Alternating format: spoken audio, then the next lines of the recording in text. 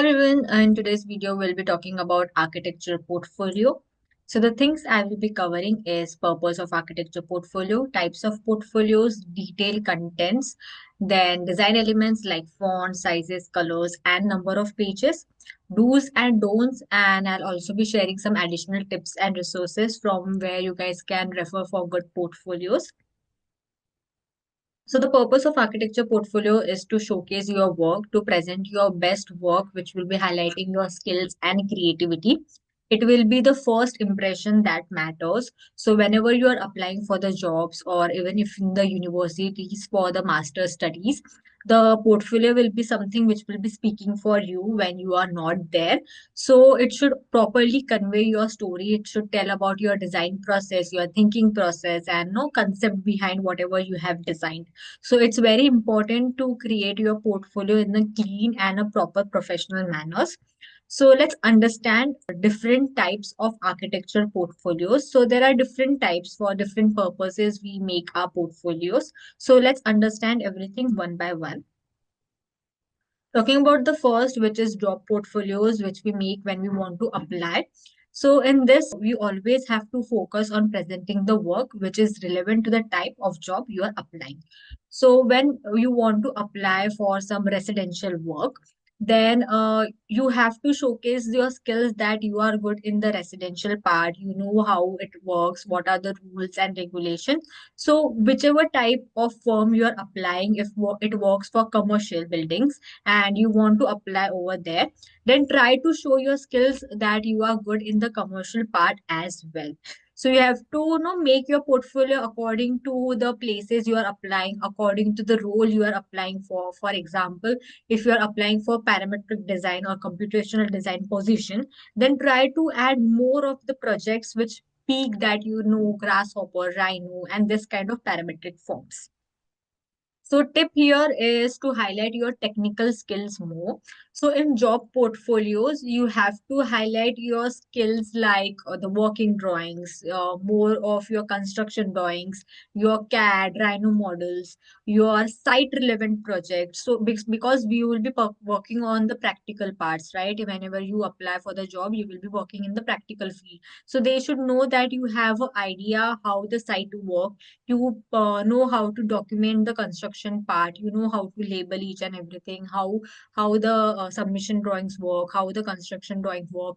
So if you have worked on that, try to add those things when you are applying, because the recruiter might be looking for that, like the skills and you already know how site work. So it will be a plus point for you guys. Moving to the next, we have internship portfolio. So when you apply for internship in your academic program, so there you have to highlight your academic projects. If you are doing any freelancing, that you can highlight. If you have participated in any competition, that kind of projects you can add. Here, the tip is more focus on concept and design thinking, because they understand that you worked on academic projects more. So they want to understand how good you are with the software, how good you are with the design thinking. If any problem is given to you, how you will be solving that. So try to enhance that through your portfolio.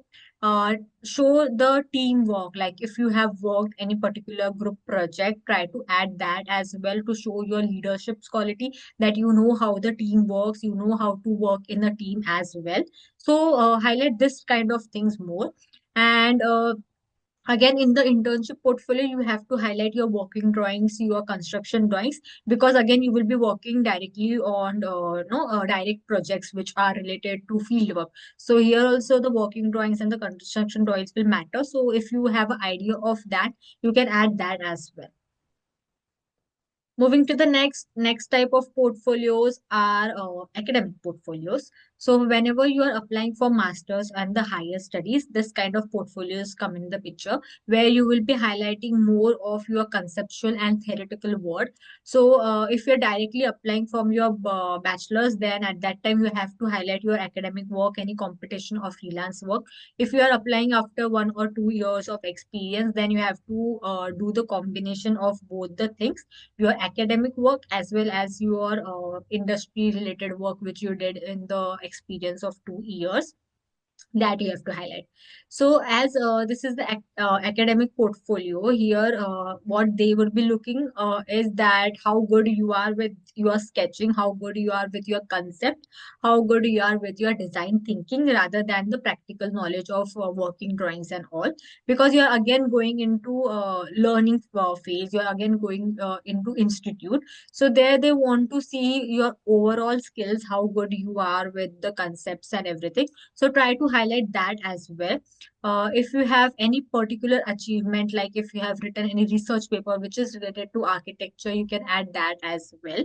Here, try to focus on quality rather than quantity. So don't add each and everything. Select the works which you think are very important, which will add value.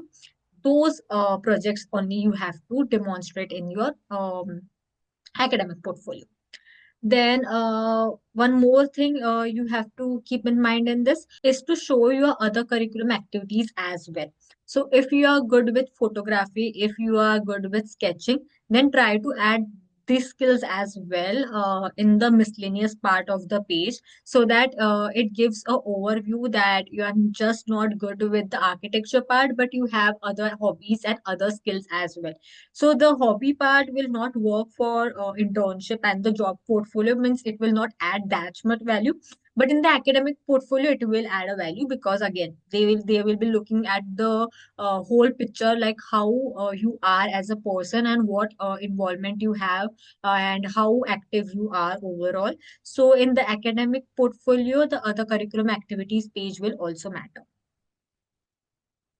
Now moving to the next, it is a digital portfolio. So when I say digital portfolio, you will say all other portfolios are digital portfolio. Of course, if you are applying for online jobs, then all your portfolios are digital portfolios. But at times when they call you for interviews, they ask you to get a hard copy of your particular project. So they want that printed portfolio should be there. So when the printed portfolio comes in the picture, you have to keep in mind that all the font sizes and everything should be proper.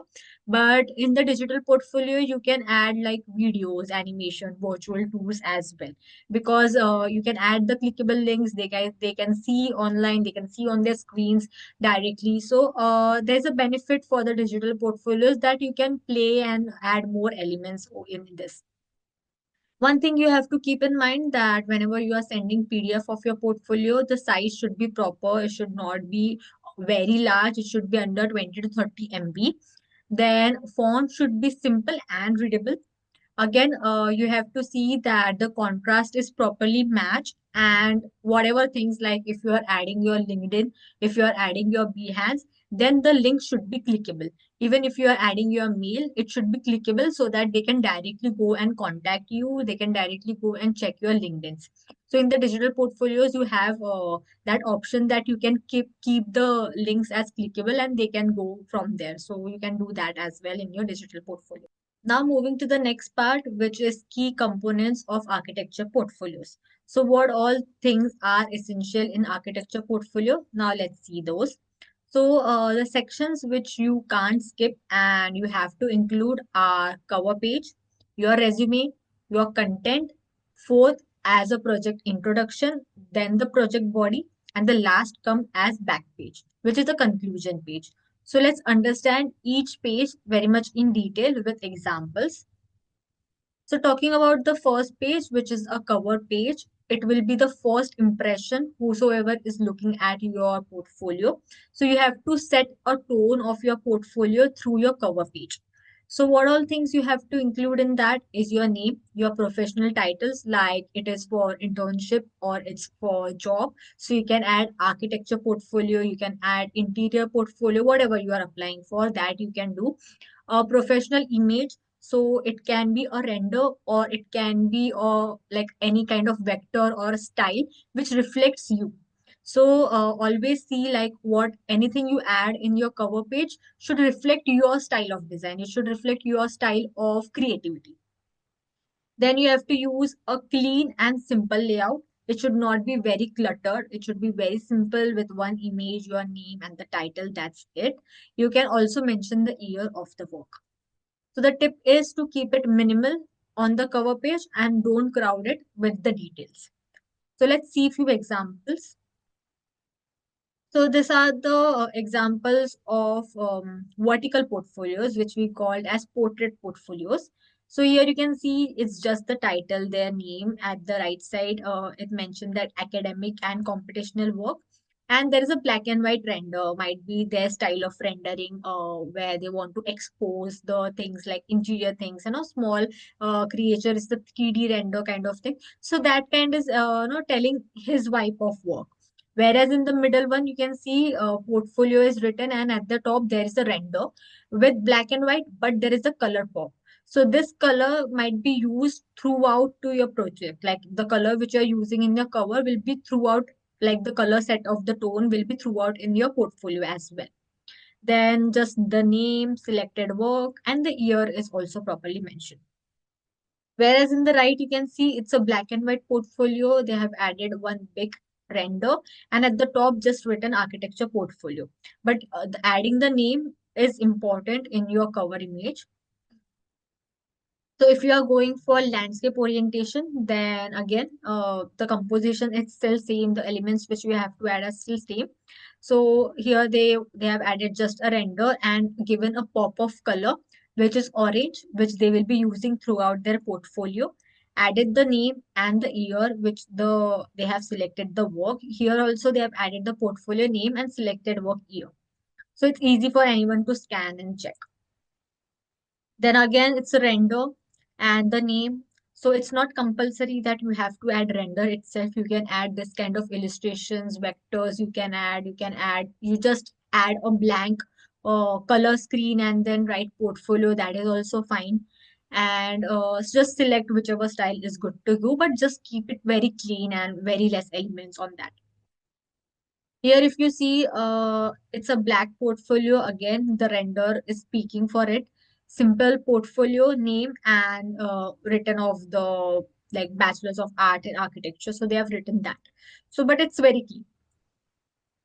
Then again, it might be good. They might be good in the section. So section part is highlighted in the cover itself. And this one is also very clean and a simple layout for the cover image. Moving to the next section, which is resume section.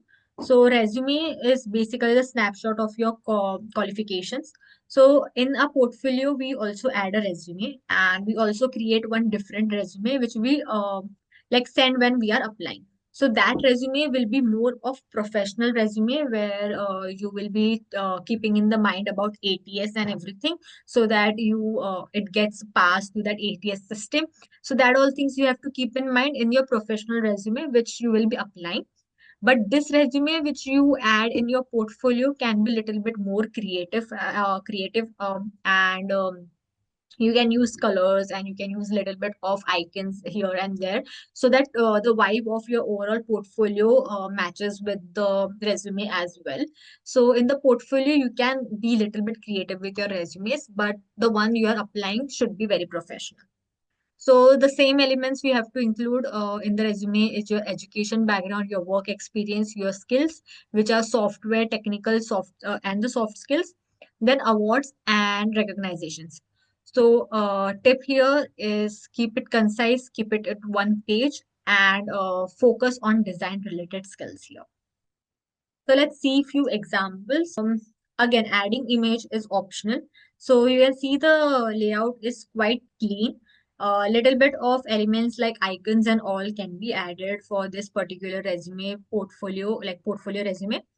And the skills are explained, like the software skills are also added in the scale basis. So the one who is looking at your portfolio has an idea, like in the software like Photoshop, you have a proficiency of 90%, but in design it's 80%. Illustration you know like around 70%. So you are more better with the Blender and you're more better with the Photoshop. So they have an idea and they can judge you accordingly and see for the fit for the company is good or not according to your resume and the skills which you are mentioning. So these are a few examples, like you can make your own template which matches with your portfolio vibe. Then the next section is table of content, means basically the index where you will be listing down everything which is included in the portfolio in a proper order. So the order which it appears. So the order can be reverse chronological order with the latest work first followed by others, or it can be the detailed work first and then followed by others. You are also have to include number of pages and the section marks so that it's easy for anyone to just go and hop to the project which they want to look. So always include page number in your table of content. Again, tip here is to use a consistent layout and add thumbnails. This is optional. If you guys want to add a thumbnail in your content, then you can do that. We'll see few examples. You will get a better idea. So this is a table of content, one example where they have just simply added a snapshots of the projects and with the numbers with the details below. At the right side, again, it's a snapshot of the project with the detail, the title, numbers that has been mentioned. Here they have also mentioned the page number. She like the page number here is not mentioned. Again, both the vibes are different. The style is same, like they have added the visuals at the content pages, but again the style is different because they have used color images and here they have used black and white images. So you have to select which style looks better for you. Again, as I mentioned, it's not compulsory that you have to add visuals. You can directly make a table format as well, like you see in books. That is also fine. At the right side, you can see there is a table of content which is vertical with a timeline below, where in creative way they have added a timeline like what all projects they have done in 2018 and one project was done back in 2016, so that they have added very clearly. So you can be a little bit creative and select any particular style for you. Again, this is a vertical layout where they have added a snapshot. Still, it's okay. This one does not appear that good than the other ones. This one are also very simple, like simple layout, vertical things. You can also represent it with any particular symbol, icon, or maybe the logos if you have designed for your project. That also can be on your content page. Again, the page numbers are mentioned. It's very easy for anyone to go through the page numbers so that you can mention that. Then here you can see the table of content and then they are following one color, which is maroon. So maroon color is highlighted here. So it sets the vibe for the portfolio. Like now I know that other things which will be coming next will be with the tone of maroon and will be having the accent color of maroon in that. Even in the images, you can see it's not just black and white, it has some tint of maroon in it. So they're setting the vibe and they're also following that pattern throughout. So you have to follow one pattern which you have selected throughout your project as well.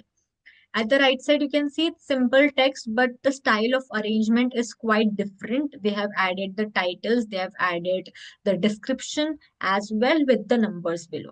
So this is also a good way of representation. So the next page is project intro page where we talk about project context for each project. So basically it will be the first page where you will be adding details like project titles, the dates, or small brief description or the concept, where you can also state your role, location, area, year, client, and other relevant details which you think are very important so that the people understands what inside the project is. So you can simply give the gist of your project with a proper title, the year, maybe the areas. So this kind of details can be there in the intro page. Then you have other pages which will be much more in detail. So here also you have to keep it very short, on point. The images or anything which you are adding should attract users, should get users interest, but it should not overwhelm the viewers. Like there should be no too much information at the start of the page. There should be limited, but it should be important information. Let's see some examples. Here at the left side, you can see there is an image on the right and there's a text on the left. with the project number. This might be the first project, so project number, the title, and then the status, which is a graduation project, the year has been mentioned, then the land use, and with the vision, like proper description has been given below. But it's a short description, it's not a very big para, so anyone who wants is interested can like get a gist of it. At the right side, you can see it's just the reverse, like the images on the left, and at the right side, they have added the text. Again, mentioned the area, and it's a fourth graduation project. The year has been mentioned, and the title of the project has been mentioned. So you don't have to add too much of information, little information, which is more than enough and which is important. So here you can see the vibe is like they have added the render, a big render, because they might be good with the rendering. So if you are good with the renderings and your renders are good, you can add a big image of render, and then at the top you can basically give an overlay of text and add the titles and the important details. Same way, it's a big render with the title and then the important details as we mentioned as an overlay. So you can see the vibe for the both the style of intro pages is quite different. So if you are good at any particular style, you can highlight that. Here they were good with the render parts, so they have added the render and the overlay of information at the top. At the right side, they might be good with the section part and would like to have like a subtle way of black and white renders and black and white theme.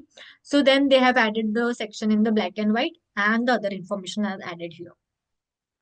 If you're good with the sections, if you think like all your projects have a really good sections, then you can highlight section as your cover part, the concepts, anything which is important you think should be at the first, that can be kept in your intro page, basic titles and description.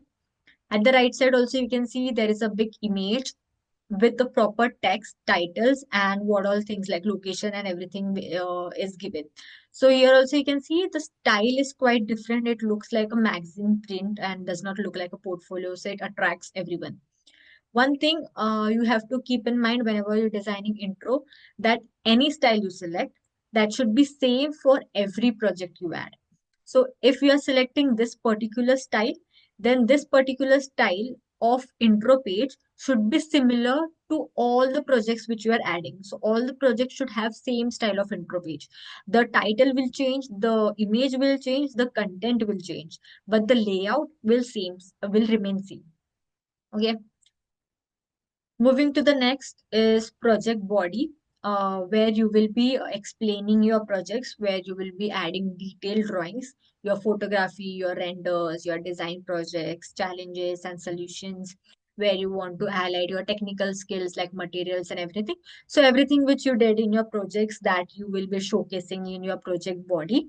So here one thing you have to keep in mind, like for the first project, it's acceptable that it is a detailed project. If you want to add like 3 to 4 pages are good, but don't cross that. Like it should not be like 10 pages you are explaining only one project. That is not a right way, because number of pages are also restricted in the portfolio. So you can select like for the first project I'll be explaining in detail, so it will take 4 pages, but then the other project should take only around 2 to 3 pages to explain your work. Now you will say that I have so many projects, and in architecture, one project we make 10, 10, 20, 20 sheets. Then how should I compile each and everything in this A4 or A3 size portfolio and only in 2 to 3 pages? So what you have to do, you just simply select the projects you want to add in your portfolio. It might be 3 to 4 projects which you want to add. Then in this 3 to 4 projects, select which skill you want to highlight in which particular project. So what a recruiter want to see, that they want to see that you are good with renders, you are good with working drawings, you know how to do sections, you know how to work on site. So they want to know this particular things. But all these things they don't want to know through one project itself. Then there is no need to make a portfolio. Why am I making portfolio if we are explaining everything in one project itself? We want to see everything through other projects, through other styles. So what you can do in one project, if you are good with renders, select that project. In that project, highlight your rendering skills. Then in next project, if you think in this project, I worked more on construction materials, I worked more on the construction styles and the systems, then highlight those in the second project. In the third project, you think like your planning was really good, like working drawings were really good. I know the sections are very perfect. Then highlight sections in the third project. So likewise, select in which project, which particular skill was really good and that you highlight in that particular project. So that anyone who is looking at your portfolio does not get bored. They does not see same style of content throughout. In the portfolios, the numbers will also be reduced and they will get an idea like each and everything. So likewise, you have to set the body pages and select the projects where you want to highlight with skills. Tip for here is use large, high quality images. Show the evaluation, show the process of concept and everything through sketches and diagrams. Okay, so we'll see a few examples of body pages. You can see it's very clean. White spaces is given. There the text is very less. Try to explain through more of the sketches. Form generation, there is a location and a sample sketch which explaining their concept. Whereas in the right, you can see there is a lot of information. Little bit of white space is missing here, but the grids is followed. So they are following grids even if the information is too much, it's not looking like it's very heavy because the text is less and the renders are speaking for themselves. Even the grid is followed, so it does not look overwhelmed, but still few content can be minimalized here. Then in this project, you can see they are highlighting that they know how to do site plans, they know how to do site renders and the core details. So they have highlighted that I'm good with the isometric view. I know how to do this kind of renders. So just added an isometric view. Whereas in the right, highlighting the landscape details more. So can select one project where you have done landscape part and highlight one full landscape sheet so that they know like, okay, I know that the person knows landscaping as well. Here they have just highlighted the interior part. So all of this snapshot are of different portfolios. At the end, I'll also show you a compiled portfolio, how to set a vibe and all. But just giving you idea of how composition works with the project pages, like how you have to do the compositions. So you have to keep it very simple. If you are good with hand renders, then add your sketching part, add your sketch renders and everything here. So that will add a value. And here also you can see they have added a sketching kind of tone and again the color whites it's same. So little bit of editing in your previous plans and all that you guys need to do when you compile the portfolio as well. So the next part is back page, which is conclusion or contact information. So here you have to wrap up your whole portfolio. So you can add a thank you can add a closing statement, which can be a design philosophy or a quote. You have to add your contact details like email, phone number, or the websites. If you have your own portfolio website, that you can add. And also you can add the social media if you want to add that set. So that's it on the back side. And the tip for this is to keep it clean, keep it professional. You don't have to add too much of information here. There is no need of renders and all in your back page. So just giving you a few examples of back page. You can see it's very clean. Thank you and few contact information. Here also it's a thank you and few contact information. It's not too much of content. It's clean and simple. So it's basically the end of the portfolio. So try to keep it as simple as possible. Moving to the next part, which is font sizes and colors. So this also plays a very important role. So when I say font, you have to use professional fonts. You have to use sans serif fonts, which looks professional and which does not have sharp edges. It's very important because whenever who is looking at your portfolio, it should look very clean and it should look like you know how to compose because we are from the design background, so it should give the idea like how the compositions are, how the fonts and how the hierarchy of everything is. So don't use too many fonts. 2 to 3 fonts are good to go. One you can use for your heading and the other you can use for your body content, and that's fine. Like anything you want to highlight, you can simply bold or highlight using a color. So there is no need to use many fonts. Then we talk about font sizes. Now, this completely depends upon the units which you are using. Right now, I have added for points. But if you are using in pixels, if you are working in centimeter, millimeter, this definitely will differ. But just to give you an idea of hierarchy of the font size which you have to maintain is title, body, and then caption. And you have to see like which is readable, which is not readable. So in the design portfolio, it's like it's very easy, like because you compose your sheets, so you have an idea. So when you are working for the portfolio which you are going to print, just make one sheet, print it out, and check if it's readable or not. If it's readable, then good to go. Make your other sheets. If it requires any kind of changes, if it's not readable, do that and then work on the other sheets. So that is the best way where you can check that your fonts are readable or not. But if it's a digital portfolio, it's very simple because you will be seeing the way the others are seeing on the laptop. It will be easy for you. So you can check if it's readable on your screen without zooming or zooming out, then it's good to go. If anyone does not have to zoom to check what details you have written, then it's good to go. Then you can say that these fonts are working for you. Similarly, for the colors, the knowledge of basic color theory is important, like what are warm colors and how it works. So warm colors are basically red and orange colors, which attracts energy, which is for attention grabbing. So wherever you want the attention, you can use this kind of colors. Cool colors, more of calm and professional. So these colors are like gray, blue, this kind of shades come in the cool colors. So you can select the palette accordingly. It's suggested to select a complementary palette because complementary palette creates a good contrast, and then the attention comes very properly on your portfolio and you will be able to highlight the things properly. So whichever color, whichever style you select, just check that the text contrast is proper with the background. Everything which you have added is readable so that it will not create any kind of problem as such. So do check that as well. Then talking about page layouts and compositions. So whenever you are designing, you have to see that your elements are balanced properly. Everything is distributed equally on your page. It's in proper alignment. You have to create a proper order and you have to organize each and everything content properly. You have to check the contrast in the important areas.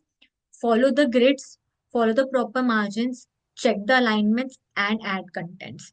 Okay, then structure the layout properly. So if you have designed one intro page, then you have to just simply copy that intro page for your other projects as well.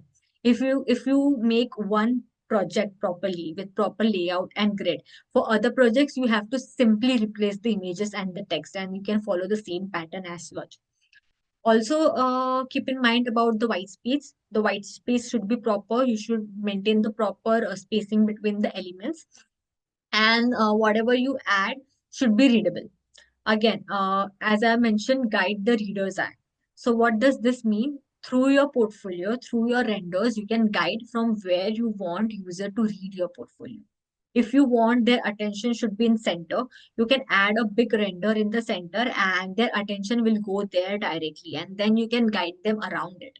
If you want that their attention should be at the top part and then they should move below, you can add the image at the top. You can add a bold thing at the top and then you can add things around it so that the reader's eye will be guided according to the elements which you are adding. So it's up to you how you have to compose it and present it.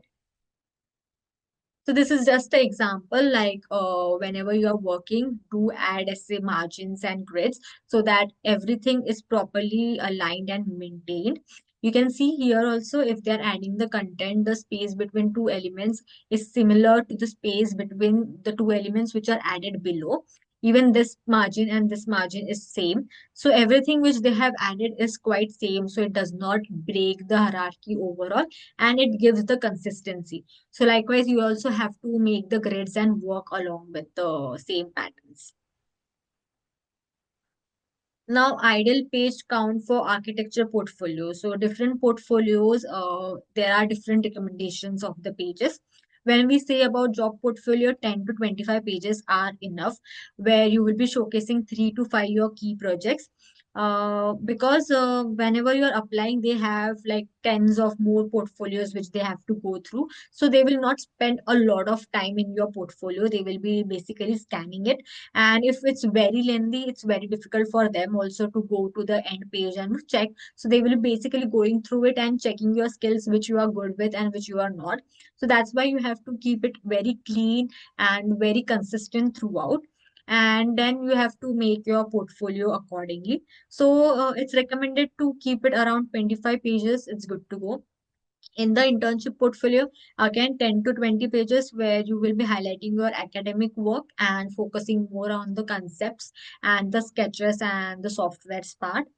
In the academic portfolio, here it will differ. When you apply for the masters, few of the universities have their own rules, where they will say that the portfolio should be of 10 pages, the portfolio should be of 15 pages.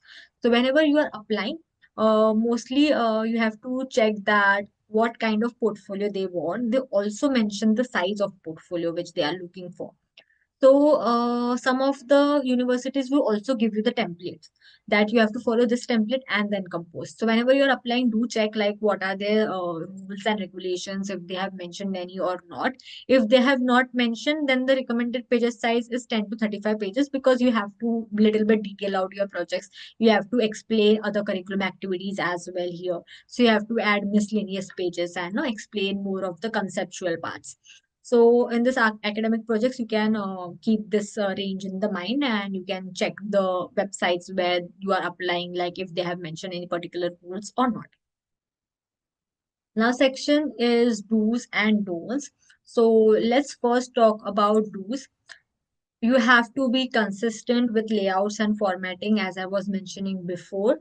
Then you have to keep the content relevant to the role you are applying for. Use high quality images and clear typography overall. You have to tell the story through your projects. You have to highlight your design process accordingly. Then never make mistakes in the typos and errors. It's very check your grammars before you are applying. Then include various type of project. As I mentioned, if you are applying like you are adding 4 projects, then add 4 different skills and express 4 different skills through that 4 projects. So you have to select which skill, which project will be highlighting, and then do that. So there should be variety of project and variety of the skills that are highlighted through your portfolio. And keep in mind that less is more. Don't add too much information. Keep it clear, keep it concise, and keep it on point. In don'ts, will, as I mentioned, do not clutter, do not use excessive fonts and colors limited to two or three. Then avoid irrelevant projects like personal hobbies. Now, as I mentioned, personal hobbies are if painting, sketching, and if it's photography, which is related to design field, then that you can include. But if it's something like cooking and everything, that you can skip, because it does not add a direct value to your architecture portfolio. Then never include low quality of images. Images quality should be high, because it's important that it should be readable. And if it's a printable portfolio, then it's definitely should be high, because won't be able to zoom in or zoom out. So the images will be pixelated. That's why. And do not add too many pages. Already mentioned number of pages which are recommended. So don't exceed the limit. Try to keep it inside that particular limit. 1 2 pages of ups and downs will work, but it should not be around like 50 60 pages of portfolios, and you are making and adding each and everything. That will not work.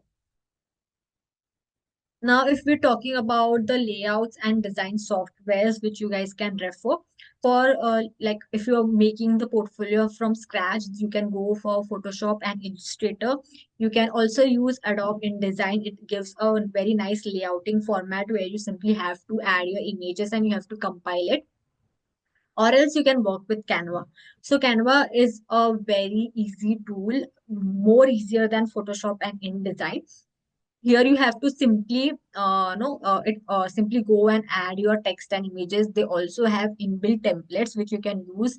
Icons, vectors, everything is inbuilt, so you can simply add those. You can add grids, margins, and everything. You can compare your one page with other page. That also you can do. If you are thinking of doing a flip book, so that is also possible in the Canva. You can check that. So Canva has updated its features a lot. So now you can go and edit, you can remove background itself in that particular tool. So you can check that as well for your presentations. Then if you want to refer some good portfolios, you can go on Behance, or you can go on Archinet, you can go and Issue, you can go on Wix. So Wix will give you portfolios which are website portfolios. If you want to make a website portfolio kind of thing, then you can go to Wix Studio.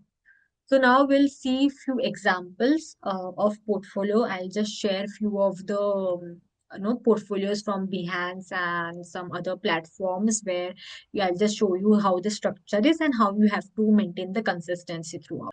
So I've selected few portfolios from ASU and Behance, which I'll just show you how the composition works and how you have to maintain the consistency throughout.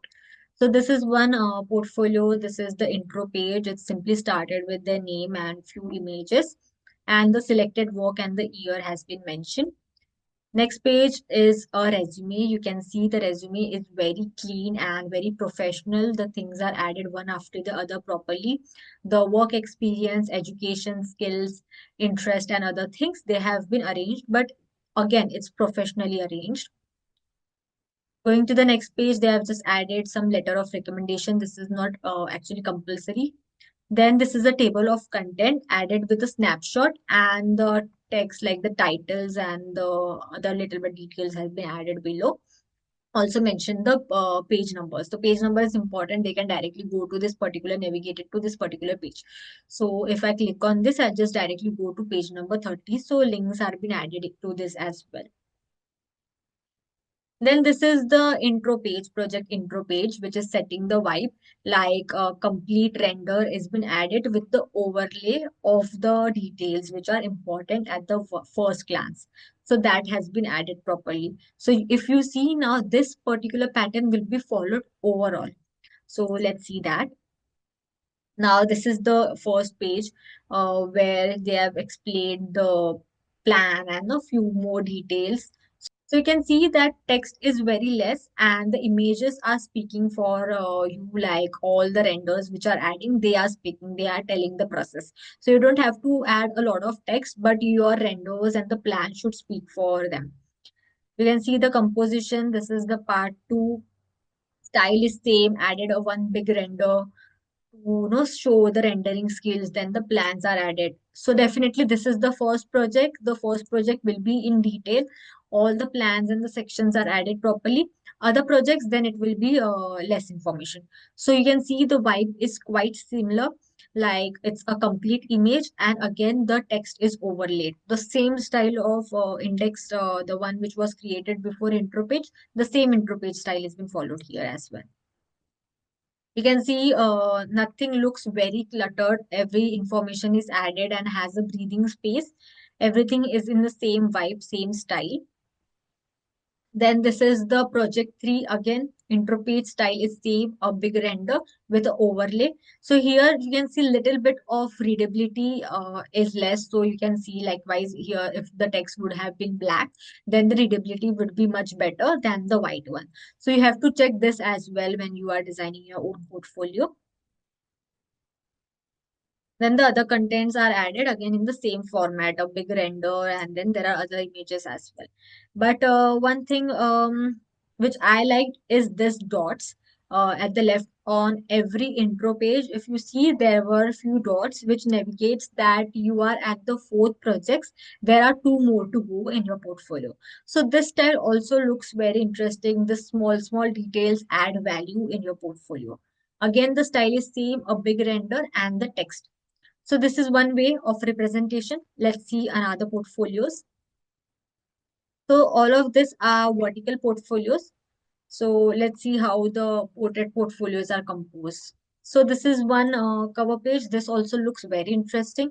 They have blended the portfolio text inside the render which they have created. So it's quite interesting. A lot of work has been done here. Then you can see the name is added, the selected work, year, what all is included has been set, like the academic work, the professional work, and interior architecture and graphic design portfolio. It is basically. Again, the colors you can see which they have used are highlighting that these are the colors which I have used in my portfolio throughout. So it's setting the tone of the portfolio. If I go to next page, you can see orange, yellow. These four colors are setting the tone for her whole overall portfolio. So that's how creatively she has added that at the top. No, added that these are the colors I will be using throughout my portfolio. This is the resume, little bit creative, but again, as I mentioned in the portfolio, creative resumes do work. Then everything is arranged properly. This is again the letter of recommendation not required. Now this is the content page. The style of content page is little bit different here. What she has done, like she has highlighted the academic work, the professional work, installations, and graphic design. So basically divided the work according to the categories. So this also works if you have a lot of projects, then according to this also you can highlight. Then moving to the next, this is the one example which I show in the presentation. So this looks like the magazine part of thing. It looks like a magazine vibe. It will give you a title, a image, little bit of content here and there, and the title at the top. If this one is an intro page, then all the project will have this similar style of intro page now. So you have to maintain the consistency throughout. You can see it does not look overpowered. Little bit of contents, like you can see the details are added here, the isometric is added to explain, a big render to show your rendering skills. Then interior part, interior details are added. So the first project might be a little big. You can see the second project intro page is similar to the first page intro page. So that should be same. It should be same. You just have to replace the image and the text, but the vibe of the project should be similar overall. You can see the consistency of the colors as well. Again, the third page is the intro page. So anyone who is looking at your portfolio will get an idea. Like now, this is the third project she has done because you have set that vibe throughout. Moving to the next portfolio. On this platform, you will find hundreds of portfolios for your reference. You just simply go and type for architecture portfolios. You will get a lot of portfolios as your reference. Now this is architecture portfolio. Just simply added architecture portfolio, set it the color vibe. Now saying that it looks like overall the next pages, the colors will be this green and this yellow will be the common color throughout. So set of tone of the colors has been set here now. If I go to the next page, it will just simply show me the style they want to represent. So this is the first page, the intro page, and then the content page. So now they are good at sketching. So sketching is has been highlighted more properly. The concept has been highlighted. You can see the colors throughout are the same. They have also taken the efforts to add the colors in the sections and the details as well. So I think this person is good with storytelling, so has added the hand sketches and has shown the story. So you have to set your own style. You have to see, tell that I'm good at this particular skill. So highlight that skills as well. Again, the same style of intro page is highlighted and all the things are added properly. Now, if you want to make a flip book, which you want to do for a vertical flip book, which is a portrait style. So for that also, when you are designing in any particular app in Photoshop, Canva, whatever, so you have to design for this landscape page itself, and just keep in the mind that there is an invisible line in between, so you have to keep the margins from both the sides. So if this is the line in between, you have to keep the same margin on both the side which you are following here, so that the book will be flipped from that edge. So you will be creating that particular hierarchy, so that you have to do. But when you are designing, you have to design for the landscape page itself. So even if you are working for the vertical portfolio, you have to design for a landscape page, and then it will be converted into flipbook. So just keep in mind that there is an invisible line in between and you are designing for the landscape portion. You can see the color scheme and the color pattern are followed the same way. The similar pattern, the colors are followed here as well. Both projects, same style. So moving to the next project. Now we are also the render as added at the top with the architecture portfolio, their name and the details like Master of Architecture and the year 2021 to 2024. So this is the year the project has been highlighted here. Now, this cut looks like it's like they have no cut that particular text, so does not look that really good. But other the arrangement is really good, like the numbers and everything has been added. Now this has the 100 pages, so it's not required. If you just want to add it, no, for your purpose, you are just making it. That's fine. For job application and for internship, it is not ideal portfolio. But you can see the arrangement, the composition of the portfolio. So they have started with the render, and then there is a text and highlighting the project. Then you can see arrangement of the sketches. Again, the text is not much. The renders are speaking for them.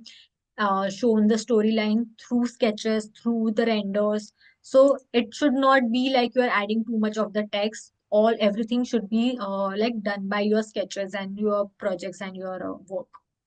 Here the materials has been shown through properly like dividing so that they have an idea of material. Anyone who is looking at a portfolio will have the idea. You have an idea of material. Now you have idea of planning as well. So likewise, you have to set the section. You can see how beautiful the section has been cut and it's added and arranged properly. But the color scheme has not break anywhere. They're following the same color scheme throughout. So this is few example. Now let's see a few examples for horizontal pattern as well. For landscape portfolios basically. So if you go on Behance, there also if you type architecture portfolios, you will get hundreds of examples here as well with proper cover images and everything. I've just opened few of them for you. So this is one portfolio, simple cover image. This is the resume. So when you are designing for landscape portfolio, then you have to design two pages simultaneously, which are both landscape. Okay. So likewise, you have to keep in mind because this will be the flip book now. So both the things will be side by side. Here she has added like added the skills for the softwares properly, all the softwares by telling that SketchUp she knows 50%, but in design she is very good at. Likewise, then this is the content page properly arranged. And then the first intro page is added with the render and the other images. So again, the vibe of the projects has been set through the proper hierarchy. Now she's not following the white background. She's following a little bit the tint of white. This also looks good because it's going with her renders and her projects. So this is one way. One more example I'll be showing you. Again, you can see this is also very simple. Here it's setting the vibe that overall the portfolio will have this particular brownish orange tone throughout. So here again, the simple resume has been added. Clickable links are mentioned. Content page with the snapshots with the number of page number has been also added. And then you can see this is the intro page. Now I can say that this will be the intro page for other projects as well. It's simply the tech render at the right side and the text to the left side. Sorry, vice versa. The render to the left side and the text to the right side. And then started with the sketches. They might be good with the sketches, so added sketches first. If you go and see like here, you can see the same color vibe is matched. So their renders are specifically this particular color. So it's going with the vibe. So you can also select your color for the portfolio depending upon the renders which you have drawn. So if you all your renders in the project are of same style of similar format, then you can select the colors according to the renders which you. Then this is added properly. Renders are added in the bold and no big format, so it's easy for read. Then the project, again the sections, few more renders. So first project can be very much in detail, then the second project can be more subtle. So you can see the second project, same intro style, same no text and everything, just the image and the text are has been replaced, but the vibe is same. The color vibe is still same. Here they want to represent no through the stories, so added that. And you can see overall it's looking good, it looks consistent, it does not look too much of information, but it looks attractive that I it seems like I want to read it more. So likewise, you have to compose your own portfolios in the same manner. So now let's understand portfolios which are specific to a particular job role. So if you are applying for computational design and if you want to apply for parametric design, so then you can highlight more of that skills where it shows that you are more skilled with the parametric and no Rhino and Grasshopper softwares. The style and the content pages will remain same. If it starts with the cover image followed by your resume, the content page, it's clean resume. You can see the content page is quite clean. Project intro page. They are good with the renders. Want to show that the renders are really good. So this is the render highlighting the project title, like basic information which is important is highlighted, and then the details like planning and the other details. But this overall portfolio gives the vibe that they are good with the softwares like Rhino, Grasshoppers, and they are very good with the parametric designing part. So likewise, these are the portfolios which are much more focused to the particular domain. Here you can see the same style is followed again with the detail like a big render and then the overlay of the text at the top, followed by the details below. So this also has a very clean layout and a breathable layout. It's a horizontal portfolio, but the style of projects overall are followed same. There are only three projects, but the three projects are quite enough and no explanatory and telling you the more details as possible. So if you go here, you can see here also the text has been added properly, and then same style is followed, and then there are other details followed by the end page, which is very simple. Thank you with your name and the scanning part. So this is how you can make your portfolio if you want to apply for a specific domain, like in the job application, if you want to apply specific role. So that wise you can do. And as I mentioned, the number of pages should be small. So it's ideal number 15 page. It's quite short and on point. So anyone who is looking at the portfolio will be able to hire them because of the things which they have added in it. You have to be very creative on that part. Now let's see few portfolios of our past participants. So at the end of this program, you will be creating a portfolio where you will be adding each and everything which you did in this program. So again, this is a portfolio. So you have to follow the pattern which we discussed before. So in the presentation, as I mentioned, there will be the cover page, content page, intro, body page, and then end page. So you have to follow this pattern for this portfolio as well. The only difference is that portfolio will have multiple projects which you did, but here it will be the multiple projects you did in this particular course. So it will be more like your parametric portfolio or computational portfolios. So whenever you want to showcase your skills in this particular portfolio, then it will be highlighted. I'll also show you one place where you can add this kind of portfolios. So let's understand how you have to do. I'll just show you a few examples and I'll also give you some do's and don'ts which you have to follow. There definitely you have to start with your cover image where you are trying to add like parametric portfolio or name. Then contents like the content information of what all things you have included in this that you have to include, and the project intro page. So now script you don't have to add like this. This is very scattered and no one will be able to understand. So here you have to break it down, you have to simplify this particular script and then you have to add it so that it's easy for anyone to understand. This is basically the render. They have added the title and they have added the description. So it's good. Like they have added the title, description, and how the form has evolved, but didn't add the concept. So it's very important to understand. I can say this is a intro page. After that was what was expected. There should be one more page which is explaining the concept, how the form has evolved, and then the script is there, no, telling it in very much detail and which few more tenders. So this is a good example. This is a good portfolio there. They have arranged and everything properly. But again, the few pages and everything is missing. Like the body page and more detailed explanation is a little bit missing here. The renders are really nice on this portfolio. So you can check that. Whereas in this particular center, he has added the render as well, like concept as well. So this kind of concept evaluation you have to add for every project. You have to explain a little bit in detail. This can be added in bigger format because right now it's not readable in the digital portfolio as well. I have to zoom in to read that. So this could be add in the big, and then in the next page you can explain it in the much better format. So the same patterns you have to follow overall in this portfolio as well. We'll see one more portfolio. So just keep in mind that same structure you have to follow with the cover image. Then they have just added the acknowledgement and added the project. But just little bit of description and the images are added. But you could have explained the concept. You could have added more things in this to add more value this to this portfolio. So this is also good. This is also good to go. But little bit of concept description would have add more value. Like you can see here below, they have added the process and the software use, but which is very small, which is not readable. But if you could have add one more page where you would have explained these things, then it would have been good to go.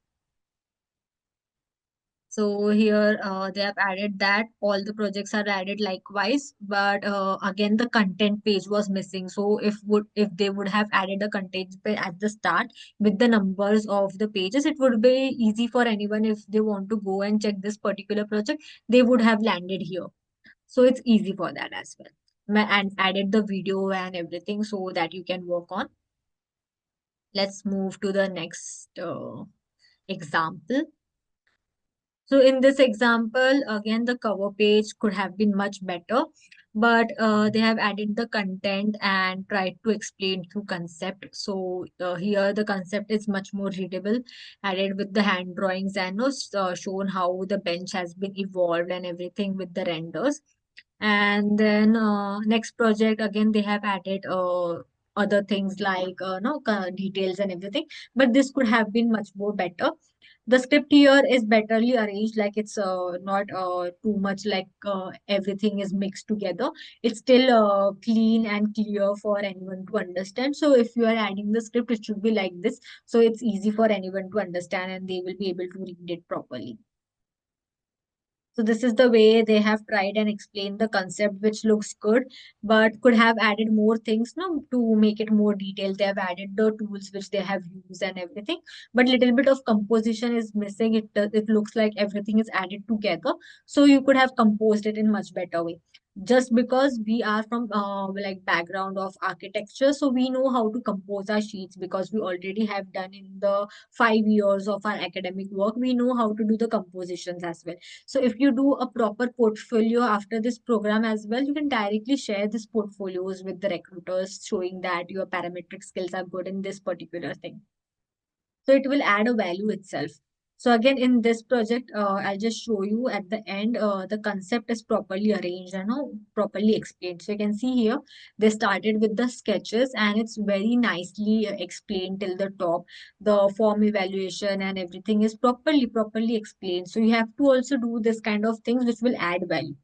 So why I'm saying this? Because if you make one perfect portfolio at the end, you will have a upper hand that you already have one additional portfolio other than the one you are making for job application. You have a detailed portfolio also on the particular project.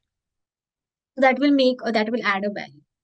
So this were the few examples. Now, if you have seen our dashboard at the left side, there is a section for portfolio and resume. So this portfolio is available to all. So whosoever enrolls in our program will have this benefit of modern portfolio. So what is this? This is a portfolio website which will make you stand out in the market. So you don't have to go in any online platform to make this website. We have already given you no one simple format where you can simply go and update the details and your portfolio website will be ready. I'll just show you what you have to do. You have to simply go here in the edit and you can change the image, you can change the location, you can select the post, you can add the bio. Simply select on save. You can add your social links like Behance link, Dribble link. If you have uploaded your portfolio in issue, then that also you can add here. So you don't have to go here and there to upload. Here you have to upload the detailed resume, the one I was talking about, the professional resume, that you can add here, a detailed resume. And then the project details, if you want to add, you can add 4 projects. So you can add your Behance project, which is which one you created right now in your course. Then go to the next section, where you can add your work experience. You can add your education details and other certification, medals and achievements if you have got any, that also you can add here. So here you can plan accordingly. And when I say education details, you can simply add other things. So if I save this and if I go to preview, it will take me to this section. This is your website, portfolio website. So if you share this link, if you share this particular link, like here also, if you go, here is a shareable link. So if you copy and share this link with the recruiters, with the companies, they would be like, you have made a effort of making a portfolio as well. What a recruiter want, they will simply go, they will check your name. If they want to check the resume in detail, they have to just simply click on the resume and your resume will be added like here, and they can go and check your resumes directly. So your LinkedIn information, the Behance information will also be added. So if there is anything like the detail description of the bio which you added, they will just go. If the projects you add, they can just simply go and click and check your portfolios from here itself. So they don't have to go here and there. You don't have to add more projects in the mail. If you simply share this link on any platform, it will be creating an impression itself, because they, at the one glance, everything which they need will be there in this particular thing. If they want to check your work experience, they can check that. If they want to check the education, it's easy for them, they can still check that. So this is the ideal thing. There is below the details for email and Behance and other links, so they can simply go and contact to you as well. So this is one platform, and this is available only for you guys, because you are the part of Carvaan. So this is available to you. Other than that, at the right side, if you see, there is a section called Skill Certificate Resume. So this is available only to those who passes the limit of 750 scores. So for 750 scores, you have to submit all your assignments and your portfolio.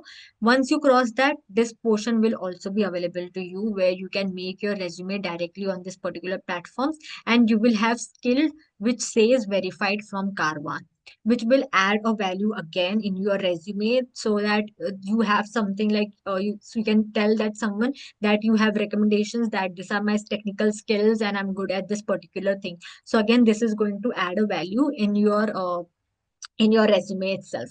So for that, you have to cross the mark of 750, but modern portfolio will be available to you guys once you are the part of the course.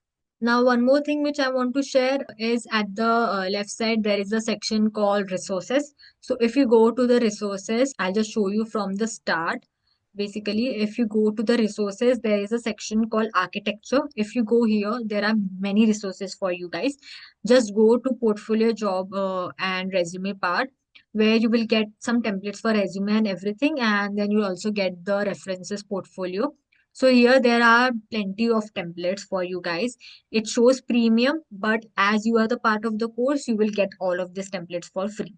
But for other people, it's not available, because you are the part, it's available to you. So if you go here, you can directly download the Photoshop files.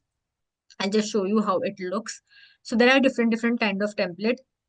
You can download this Photoshop file. You can simply change the colors. You can replace this image, and then you can use this particular template for your portfolio. That will also work. So if you want to make anything, you can simply make on this as well. So there are many files here. You just simply go, and then you can just make the particular, take this template. If you guys know how to use Photoshop, then you can simply replace the images and then work on that. Moving back to our presentation. we pretty much cover each and everything which is required for architecture portfolio. So one thing which you have to keep in mind is less is more. Don't add each and everything. Don't add all the projects. Just focus on your primary projects and focus on the things which you think will add value. Compose your portfolios likewise, keep the white space accordingly, and go about the design. Okay. So, yeah. So design your portfolios, keep in mind the sections and everything which discuss in the complete video. Hi everyone, in today's video, we'll talk about good resumes. So each and everything you guys need to know about resume will be covered in this video. So we'll start with the structure of a good resume. I'll be talking about the common mistakes which you need to avoid. We'll give you the idea about the fonts, the size, the colors, and formatting.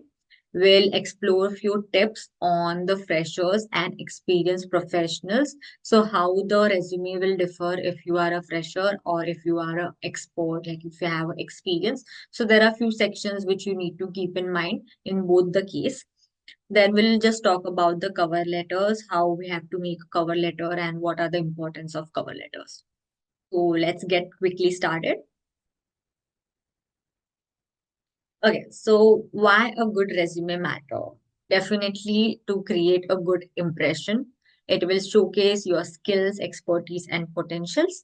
It will differentiate you from the competitive field, and but obvious it will open your like position for the dream job. So that is the main purpose. Like you have to get selected for your dream job. That is the first thing you have to send is a resume. So resume will be something which will be talking for you when you are not there. So the person who is be looking at your resume will be seeing your personality, your skills, your expertise, and will be judging you over you. So that's why a good resume definitely matters. So now let's see, let's start. Let's understand the sections of resumes. What are the sections? Basically, we categorize our resumes into different parts.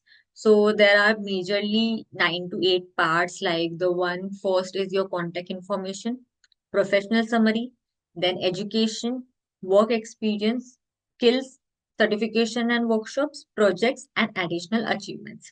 So it's not compulsory that you have to mention each and every section.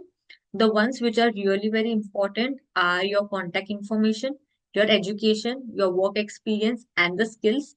In the skills, we talk about technical skills, software skills, and your soft skills. This all three things comes under skills. So these are the few sections which you definitely can't miss. So now let's understand all of this section little bit in more detail. When I talk about contact information, what all things you need to mention in those? First, your full name, your professional titles.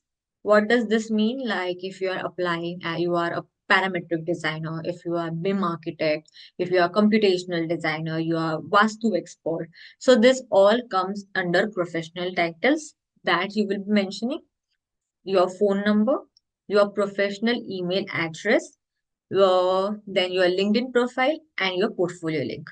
So all of these things comes under contact information. Things which you have to avoid is your excessive personal information like your marital status, your gender, your date of birth, photos. So photos, it's not compulsory.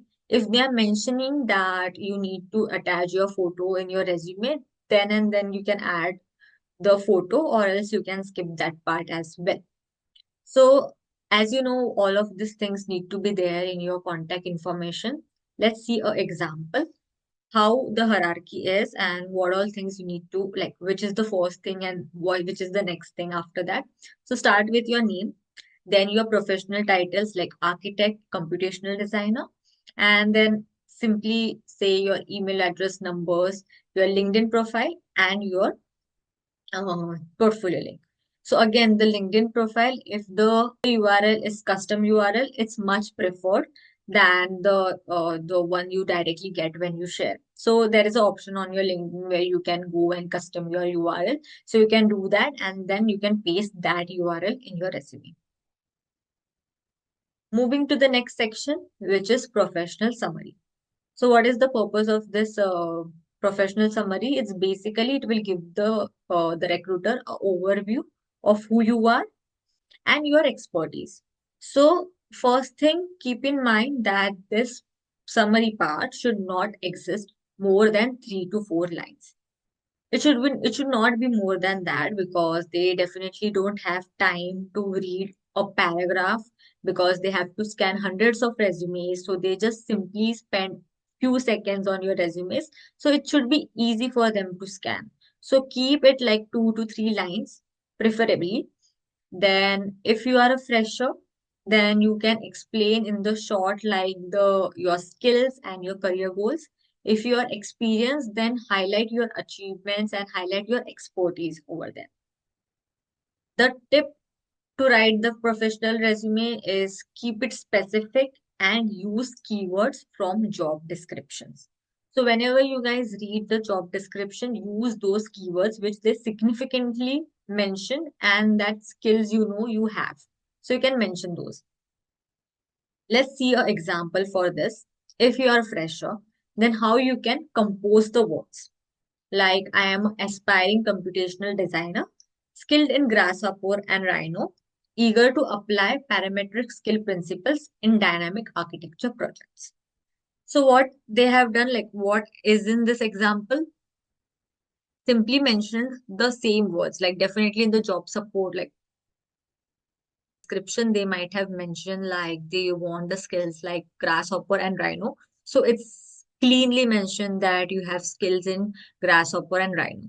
So you have to see that words and you can just simply play with the words and make your own like customized summary. It should not be generic, like you are hardworking, you are dedicated, you are punctual, you have good leadership quality.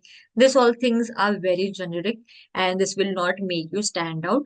So use good words and use the words from job description. If you are experienced, mention your experience, like you have 4+ years of experience, you have worked on this particular project, you have successfully delivered this kind of things. These are your significant achievements over the time. So this all things you can mention in 2 to 3 lines. For this, you can definitely use ChatGPT as well. You can give him like the command, this is the job description, these are the skills I know, and you can get it and you can tailor it according to your. So this is the professional summary part.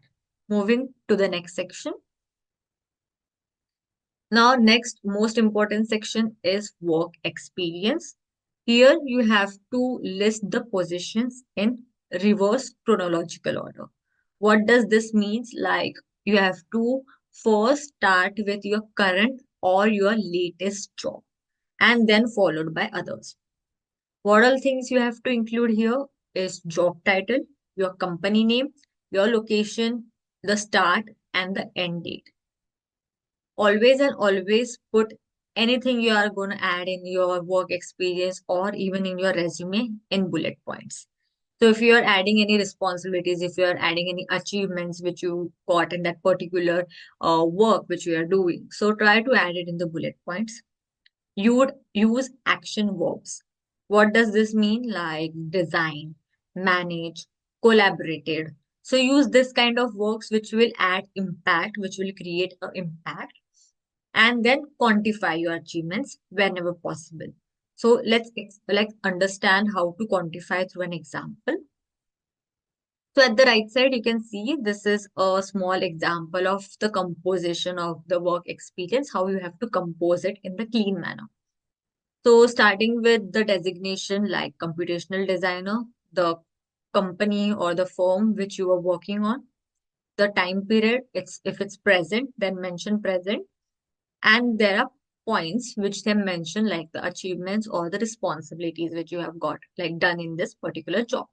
So when I mention quantified, that means like you can mention particular number. Like for example, I have developed a parametric model reducing the project time by 20%. So whenever you mention a number, wherever you mention like a effect which created in the numbers, that will add more value. That will say like you know how the work is done and you have not copied it from someone else or you're not just putting some random information which is generic. You are trying to mention the things which you have done. So always try to quantify it. So for them also it's easy to understand, like it has created an impact and you know what you are doing. So likewise, you can make it changes, like if the beam manager and the parametric lead position, you can mention the years. You can see I worked on the large scale urban projects, then resolving 95% of pre-construction time using the clash detection by Navis work. So this kind of words, this kind of things will add value. Now, many times, like whenever you apply, you are freshers. So this is also a concern, like when I'm fresher, I don't have a work experience as such. So what things I need to consider in this particular section? What are things I need to add in that section? So for those who are fresher, include your internship, freelance, or the competitions if you have participated any. Add add this kind of information in your work experience. So for the freshers, this will also be counted as an experience itself. Then you can focus here like on the skills you have gained or the specific tools you have used and that particular internship or the freelancing project or the competition. That are all things you can mention here. Now let's see through an example how it will change if you. So starting with like junior architecture intern, you might have done any kind of internship that you can mention the firm again. And here try to mention like which software you were working on. Like I was working on Rhino and Grasshopper. You might be working on a particular project. Then here you can mention like I was working on this project with the area of 1,000 square feet or 500 square feet. This was this thing. So that things will definitely add value. So again, quantifying your things. If you have done any freelancing work, that you can mention. If your thesis work you want to add, if there is anything else you can add, like thesis project I have done, the university name, what all things were like prominent in thesis work. If you have done your thesis on Revit itself. So again, if you are applying for BIM architecture, like BIM architect position, so your thesis work which you have done in the Revit will also add value. So that time you can add those as well, where you can mention the softwares if you are if you are applying for parametric thing like parametric job, computational job, and you have done your models on Rhino, Grasshopper, mention those. Uh, and if you have participated in competition and won prizes and anything that you can also mention. So this all things will be considered in the work experience for the freshers. Moving to the next section is the education. Here also you have to mention your degrees in reverse chronological order. That means the ones which are latest will come first. The sections which you have to include here are your university name, degree, and the graduation year. If you have any nominal thing like a honorable thing which you need to mention in that particular degree or particular time that you have achieved any particular achievements, so that you can mention, but always in the bullet point. So the tip for the education section is if you have a experience of 4 to 5 years in the field, then you just need to mention your latest degrees like the bachelorate or the masters. You can skip your high school details. But if you are fresher, then you can mention your high school details or else if you have any nominal achievement on that particular thing and that you think will add value, at that time you can mention those. So for example, like if this is the education part, this is the one way where you can compose it in the clean, your degree, your university, and the year. Simply that. If anything honorable or like something which you think will add value, then you again can add those in the bullet point below, and then you can mention those as well. So this is one way, like this is the example of representation of the education part. Moving to the next section is skills. Again, skills is also a very important section in your resume. Try to keep it specific. Again, use the words from job descriptions. If they are mentioning like I want expertise in Grasshopper and Rhino, mention those. If you know how to use Grasshoppers and Rhino, mention those in your in your skill section as well. Then you can categorize your skill section into two parts like technical and soft skills. And then there are software skills as well. So in the software skills, try to mention the proficiency based on the levels like basic, intermediate, and advanced. I've just listed down few of them for you guys. Like when we talk about technical skills, it is like BIM, it is like visual programming, rendering, presentation. These are technical skills. When I talk about softwares, these are like Rhino, Grasshopper, Dynamo, Revit, all the softwares which we use in the architecture field that you can mention, but mention the ones which are in the job description first and then followed by others which you think will add value for that particular position. Also, you can mention those according to the proficiency, but never fake anything like you just adding like I know Enscape, but you don't know Enscape. So don't do that. Only mention the softwares you definitely know, and if they're asking you any questions in the interview, you might be able to answer those.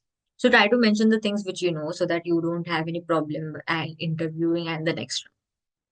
When we talk about soft skills are basically communication, problem solving, collaborations, project management, and critical things, leadership. So this all things comes in the soft skills. Moving to the next part, which is certificates and awards. So here in the certificates, you can mention any relevant certificate which comes under the particular domain. If it's a Revit job, then you can apply like this certificate that you have done something certification from Autodesk, any certification for Grasshopper that you can mention. For example, if you have done the course of Advanced Rhino and Grasshopper certification from Carvan, so mention that and also add the link so that they can go and verify. So wherever you are like mentioning the certificate, try to add the links also clickable so that they can go and verify those.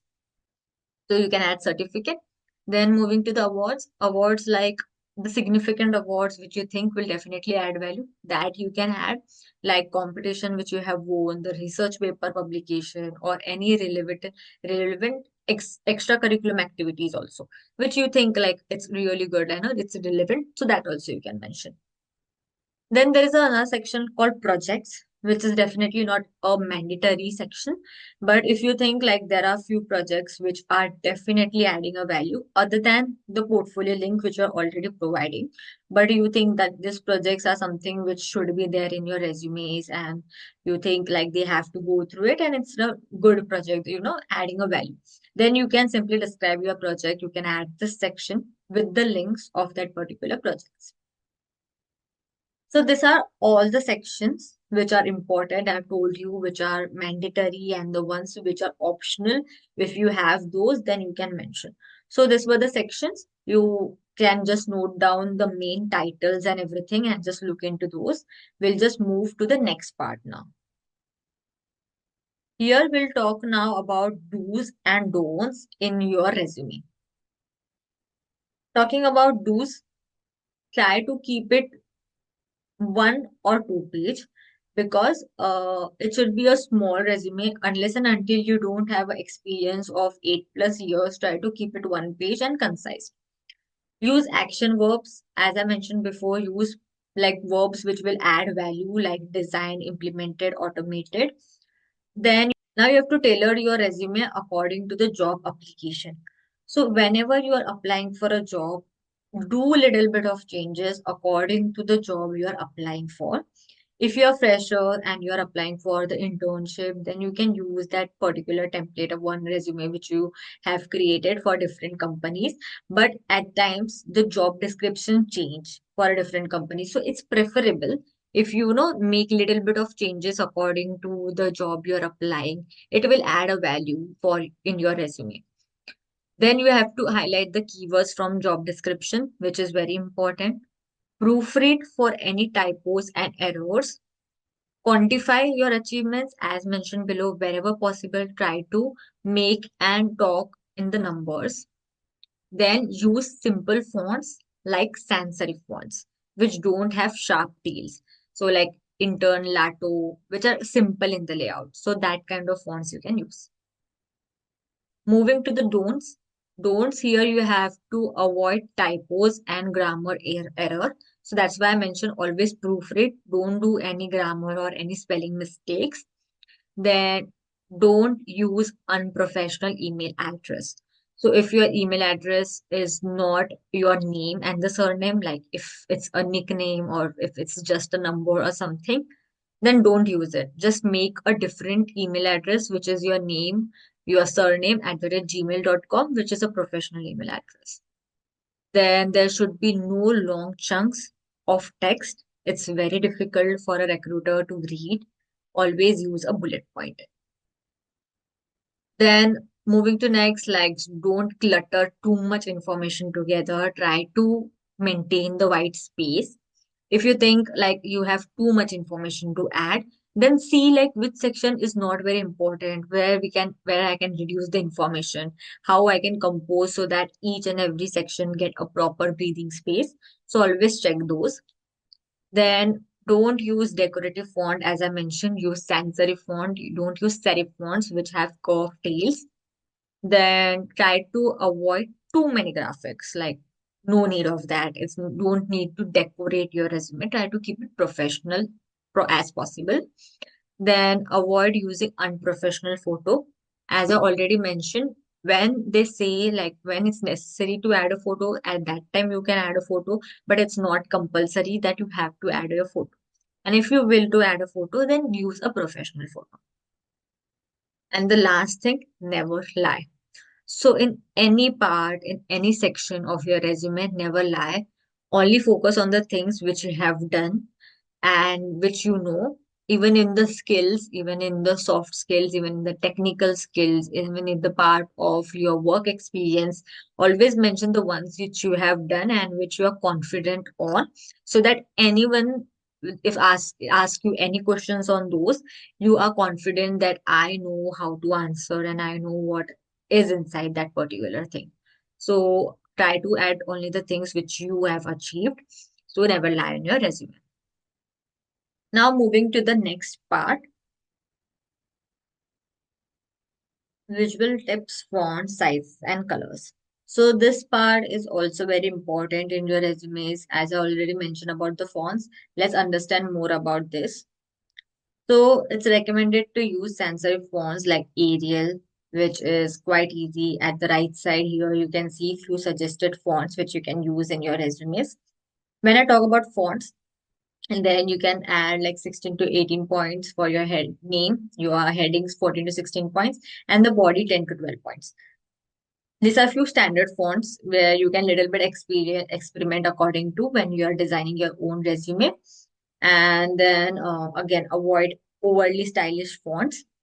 Tip is keep it consistent, like keep it consistent and keep it simple. So this is the particular thing about fonts and the sizes. Moving to the colors, try to use a professional color palette like a white, black, and one you can simply select as an accent color. But majorly try to keep the background white, and at the top you are writing the text with the black and something if you want to highlight any particular section like section titles or anything. At that time you can use a accent color. Then don't use loud or distractive colors like a neon colors or anything. Try to keep it subtle. Ensure everything is readable. If like don't see like see the contrast should not fail in the background, like any color you are selecting, try to see it should be readable. At the right side, there are few palettes on which you can select the colors where you can see which color palette goes. Like this minimalistic color palette looks definitely more professional and more attractive. So just see like this kind of palettes will add more value. But here you can just simply select the accent colors from this palette, like any particular accent color that you can select from. So now let's talk about resume layouts. Now you guys know which all sections you have to include in your resumes. But now how to arrange them in one single page, in one A4 size page. Let's see those. There are two ways in which you can do that. One is called as single column. Both the examples which I have added here are of single column. What is single column? Each and everything is arranged vertically one after the other. So here you can start with your name, your designation, basically your professional titles, and then the contact information. So in the contact information, there is no need to add a detailed address. A city and the state name is still enough. And this is the bio and followed by professional experience. So you can see how cleanly the professional experience part is being explained.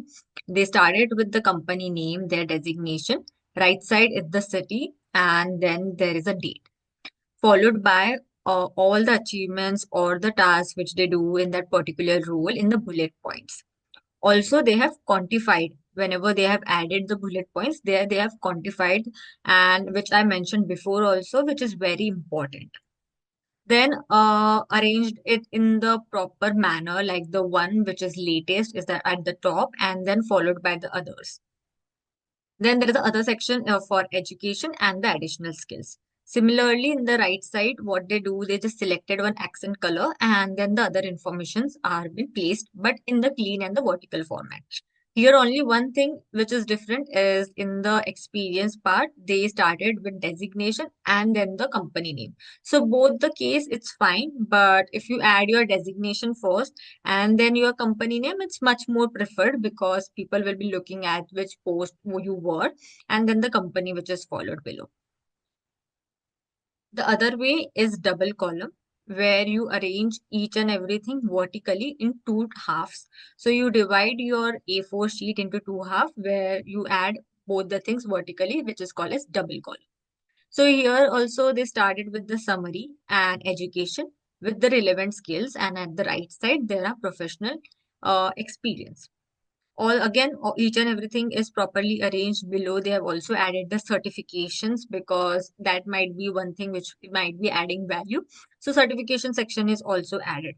So here itself in this page, you can simply delete one thing which you think is not important to your and add other relevant skills. So you can see, but the things, the sections which you can't skip is the summary, contact, education, experience, and the skills. So these are the sections view which you definitely have to include. Then other than that, if you have any kind of achievements, any kind of certificates that you can add according to the space you have, according to the things which you think are less important and this is very important, I have to add. Likewise, you can see and arrange those. Here also, they started with the profile and then the professional experience. Again, each and everything is in bullet point. And at the right side, there are skills, education, and contact information. So both the layouts, single column and double column is good to go. You can select the one which you prefer, much better for you and looking better to you. You can simply select one layout and you can start working on that pattern. About the resume formatting checklist. Now we have talked each and everything like about the sections, about the colors and everything. So this is a quick checklist for you guys. So whenever you are making your resumes, this point you can like quickly check and see if it's going on it or not. First, we talk about the length. The length should be 1 or 2 pages. If it's not more than 10 years of the experience, try to keep it one page. Then the sections name should be proper, and the sections which you guys can't miss is your contact information, introduction, experience, skills, and education. Fonts, easy to read and professionals. Font sizes, as I mentioned in the body, should be 10 to 12 points. Margins should be proper from top and all the sides. Everything under bullet point, whatever things you are mentioning should be in the bullet point itself.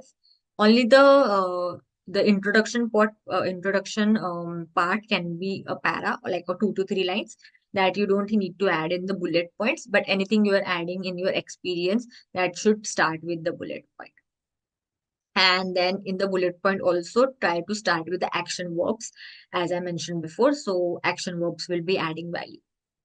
Now file format, save it as a PDF. If they are mentioning they want as a document, then you can check in any format, other format than PDF. If they are mentioning, then that time you can send those. Otherwise, it should be a PDF.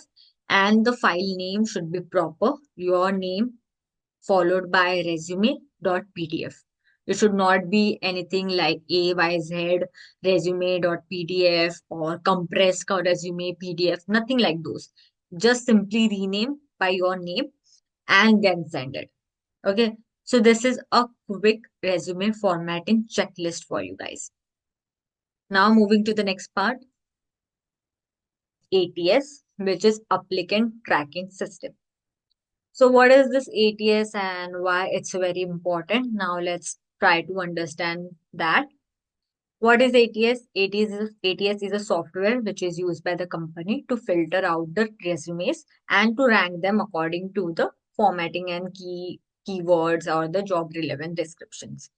So companies use this ATS because they have thousands of resumes which they have to go through and they don't have time to go through all the thousands of resumes. So what they will do, they will simply use this ATS tracking system where they will just filter out the resumes, and if your resume pass a particular level, then it will go to the recruiter or else it will be rejected at the first point. So why this ATS matters now? Almost 75% of large firms use this ATS. Now, if you are applying for MNCs or the big companies, at this point, you have to consider the ATS tracking. But if you are applying for design firms or if you are applying for architecture firms, a small companies, a startup company, then at time you can just simply skip this part. You just don't need to worry a lot of ATS tracking, or you have to worry about if it will pass or if it will not. But if you are like applying for MNCs, then definitely you have to look into this ATS part and it should cross a particular limit. Then also it matters because that is the first step for you guys to crack. If it's a relevant, then it will go to a recruiter or else it will not. Also, if it will be helping you to get shortlisted, that's why it does matter. Now let's see how it works. So what does ATS do? It will scan the keywords which are relevant to the job. It will see the categories if it's proper, like the skills, experience, education categories are proper. And then on that basis, it will rank. So first thing, that's why I was mentioning that always use the keywords from the job description. So what they will be looking at the keywords, they will see like this is the job description which I have provided, and they will simply scan on based of those. Like if it's passing, the job description words are mentioned in your resume, it will be passed. It will also see the categories, that the categories are properly mentioned or not.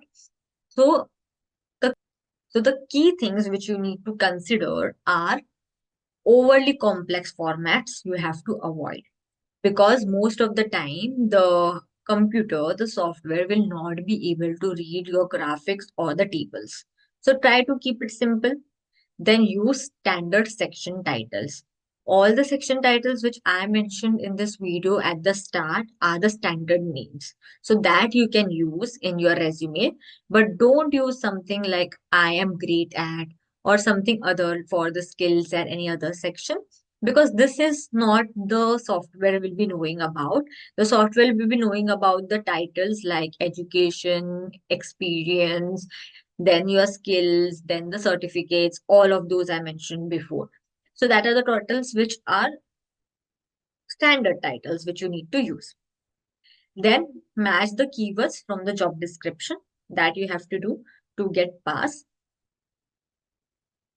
Now you will say like my resume is ready. Now how I should go and check this ATS compatibility? Is it passing or it's not? Then there are some online platforms where you can go and simply check like JobScan, Resume Worded to check the ATS score. So there you can go and check your resume score. So how to check? You simply have to upload your resume along with the job description and you have to review your score. So the first thing which you have to keep in mind that your score should be 80% or higher so that you have a better chances. If it's coming below than 80, then it will give you some recommendations. It will give you some suggestions that you have to change. So do that adjustments in your resume. Use that keywords based on the feedbacks which they mention and do that particular changes and then see. If it pass 80%, then your resume is good to go. Now let's upload and check one sample resume, how the ATS platforms give you the rating and the suggestions. So we will use a platform called Resume Worded to check a sample resume and check the scoring. So simply go to Google and type resumeworded.com. It will take you to this website. Here you have to log in. Once you log in, it will give you the option to scan your resume and take the suggestions. So there are like different career levels as well. Right now, I've selected the mid level. If you go here and change, there's the entry level, mid level, and senior level. So if you guys have experience which is less than 2 years, and if you have made resume according to that, then select the entry level. The resume which I have selected for a sample has an experience of 6 years. So that's why I've selected the mid level. Simply go here and then you have to upload a resume. I'll upload a resume. It will scan each and everything and it will give you the suggestions, uh, also the level of percentage, and according to that, you can improve your resume. So right now it says that the overall score for it's 35, and the score which we need is 80% or higher. So let's see like what all things he want to suggest. Just close this pop-up, and here there are different levels. At the left side you can see impact, styles, and sections. So in the styles it's 68 out of 100. So he will give you the ideas like the buzzwords are missing, like the keywords which you will find in job applications, where they give you what all things are required. So that kinds of words are missing. They are saying like date still can be fixed, then the readability is still missing. Why it's saying readability? It's still readable, but this kind of font he's suggesting can be more darker. So if it's more darker, then the overall readability can improve. So you can just also, whenever you are selecting the font, see the font thickness and everything is good to go, so that whenever the person just scans your resume, because they will not spend more than 6 to 8 seconds on your resumes, they have hundreds of that, so it's easy for them as well. And the also the ATS thing is an online platform, right? It's online software which will be reading your resume. So that's why it's very important that all the fonts and text which you are writing should be readable. Then, if you go and select like few of the things are in the pro versions and few of the suggestions it will give you. So for this, he's saying like date ordering check, that the orders are not proper. You can check here like why it's saying suggesting like this, because I always mention that the one which is latest should be first, followed by the other. So if this certification of interior bootcamp is done in 2020, then that should be first, and then this architecture fest, or which is done in 2017, should be second. So always a reverse chronological order need to be followed. The one which is latest should be first, followed by other achievements. So here he has suggested that dates should be changed.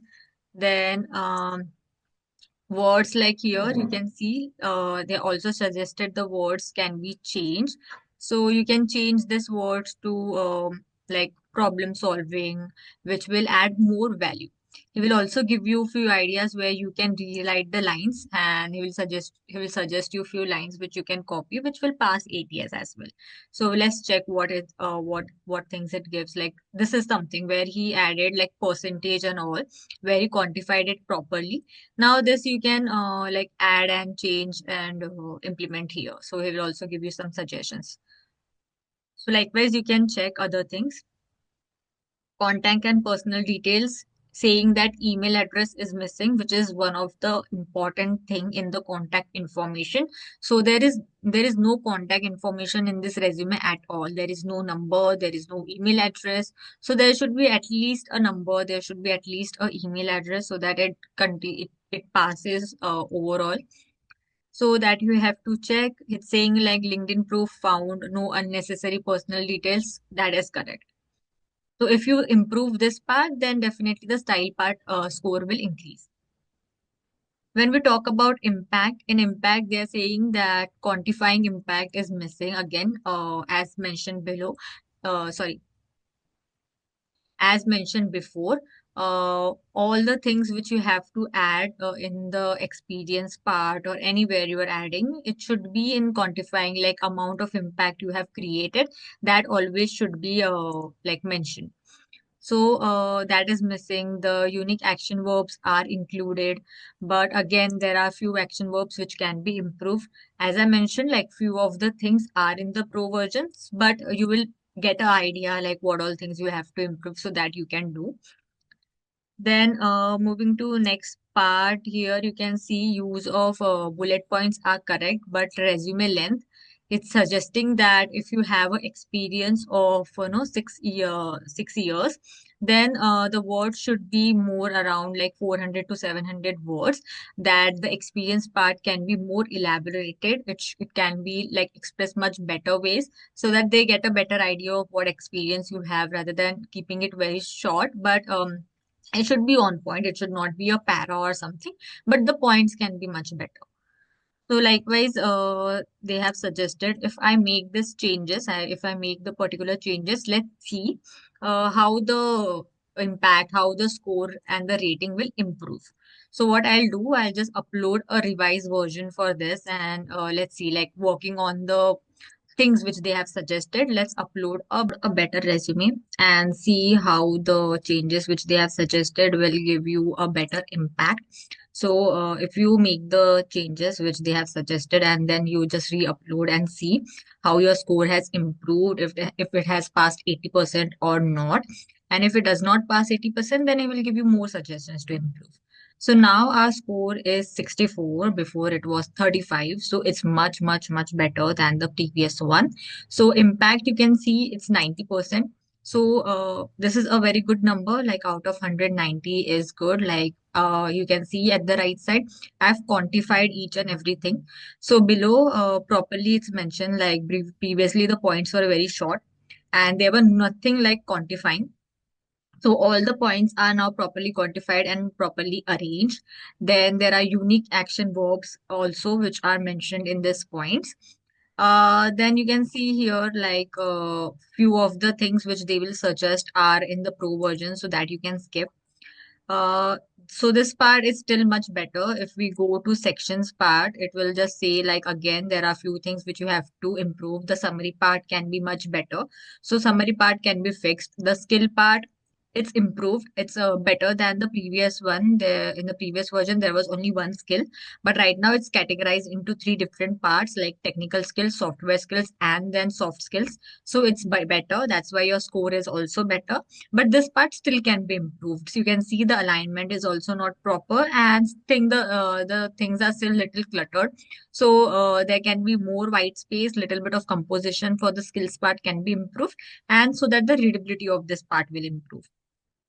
So this has a better thing. If we go to style, again the buzzwords are missing. What are the buzzwords? I already mentioned the words which are in job application. That kind of words can be like implemented. So suggesting like this kind of words are missing.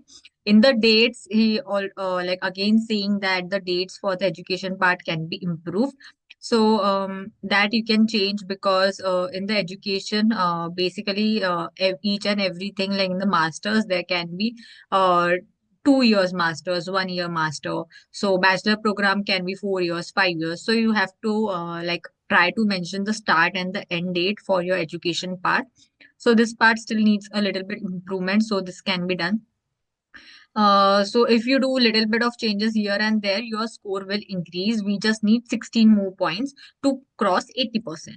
So that will work. If I go back and check other things, like if I go to readability, it's saying like this kind of things are not readable. So it's a software. So that's why we have to check that as well.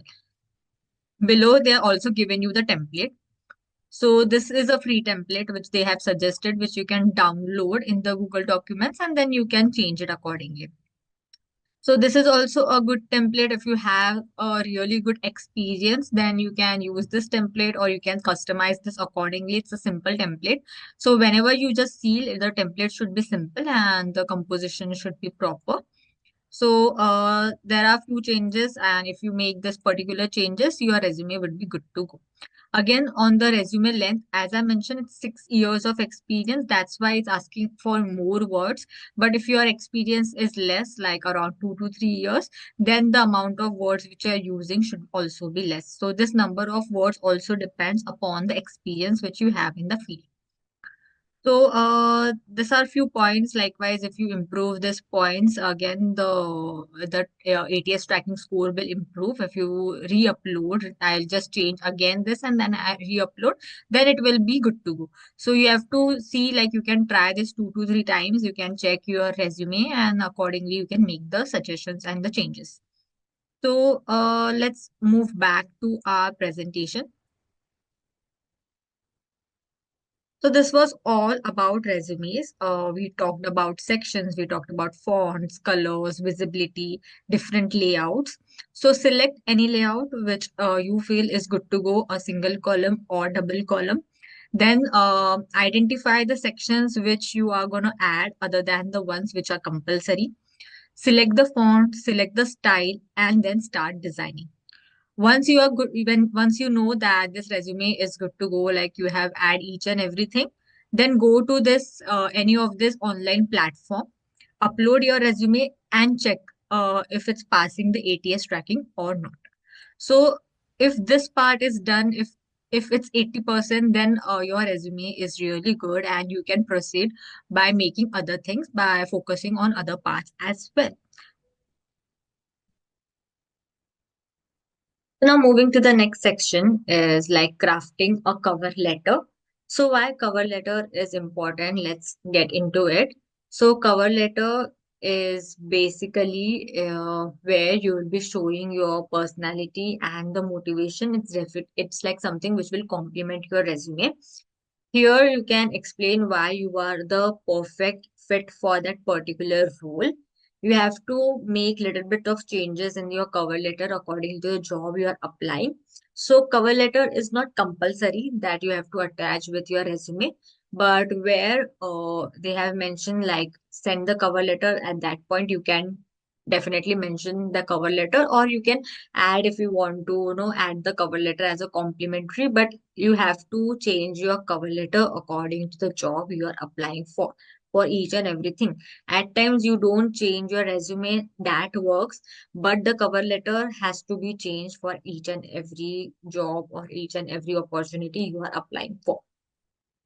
Now let's understand the structure of good cover letter, what all things you have to mention and how you have to follow that. The first thing is introduction, where you will be like mentioning about the position where you are applying for, from where you got to know this, and brief introduction about yourself and your background. Below is an example how you have to write if you are applying for a computational designer position. Like you can say like I'm interested in the role of computational designer at the XYZ Architects. I have read this advertisement on the web page and I'm recent graduated, passionate about parametric design and I'm excited to contribute to innovative projects. So likewise, you can start your cover part. Next part comes as a body where you will be highlighting about your relevant skills, your expertise, and the projects which you have worked on. You will be telling them why you are a better fit for their company and how you can add value for that. So, again, below is the example of how to write a body. And then third part is a conclusion where you will be showing like you are interested for that particular role and you will be looking forward for the call or I'll be looking forward for the interview and are willing to work with them. So a quick content summary for you guys so that you can simply check this part and you can, whenever you're writing the cover letter, you will have an idea. So you have to start with the introduction, who you are, what are you applying for? Then why you, like describe specific skills or the project that will align with the job. Then why them? So the show the enthusiasm for the company work and say like talk about specific projects and everything. And then the concluding like you are now eager to wait for the interview and thank you and like that you can close the cover letter. Now let's talk about do's and don'ts for the cover letter. First, always customize your cover letter. Use professional and polite language. Use company name. Try to talk on the specific projects which you like. Like if you are applying for any architecture firm, then try to speak on the significant project or any project you liked and why you liked that project and what were the parts which you are interested in. Try to specifically say that so that they know that you have studied about their company and you have a better idea. Then highlight on how you can add a value.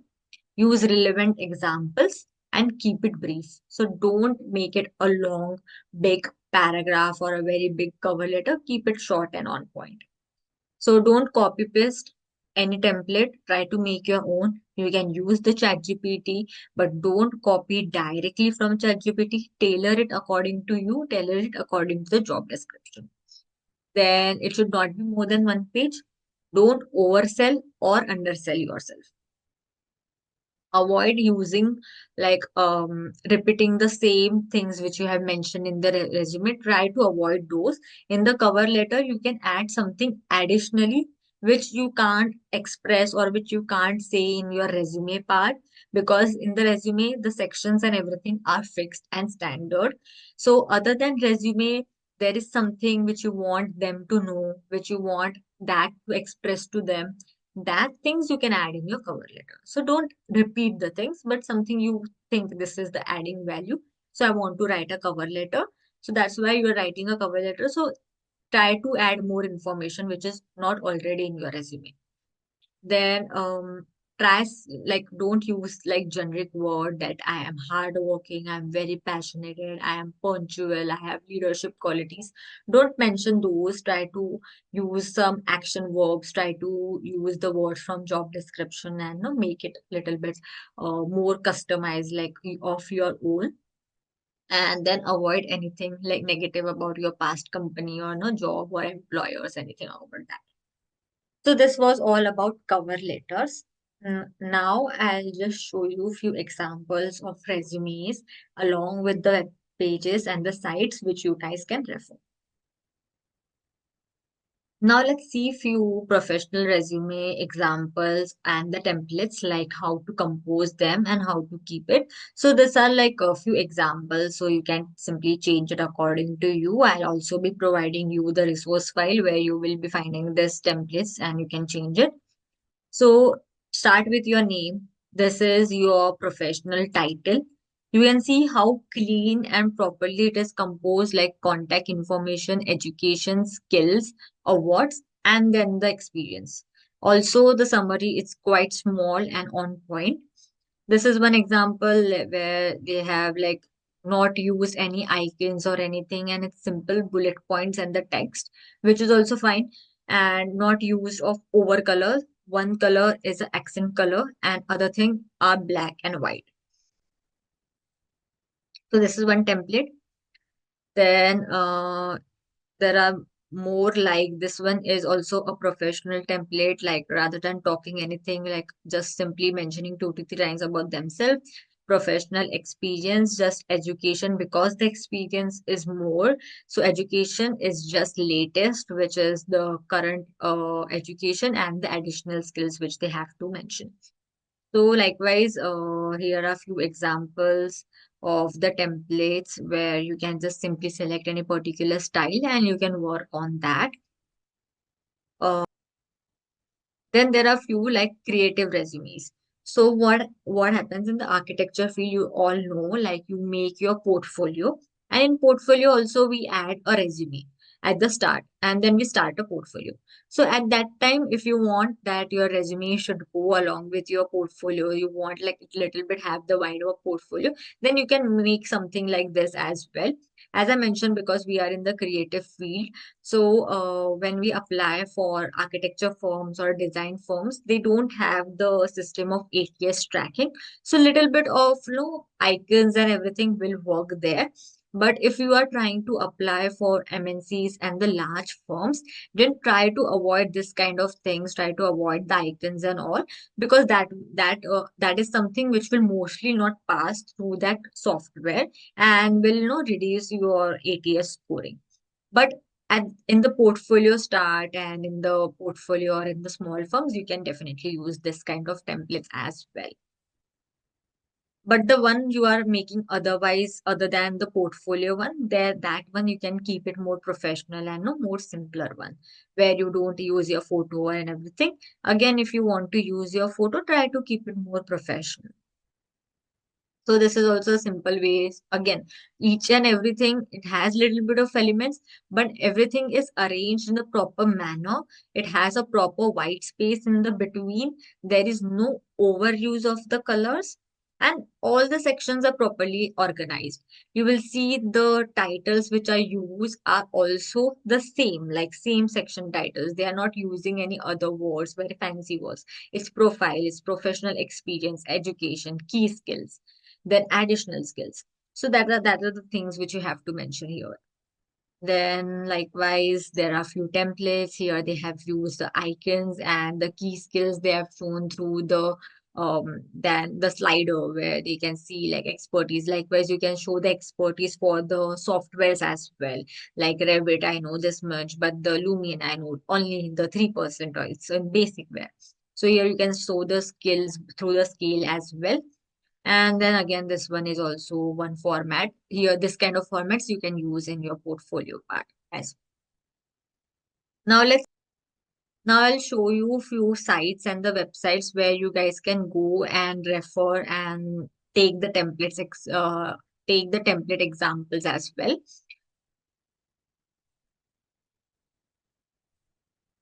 So moving to the first, I'll show you this is the job scan where you can upload your resume and see if it passes the ATS tracking system and it has a 80% of score or not.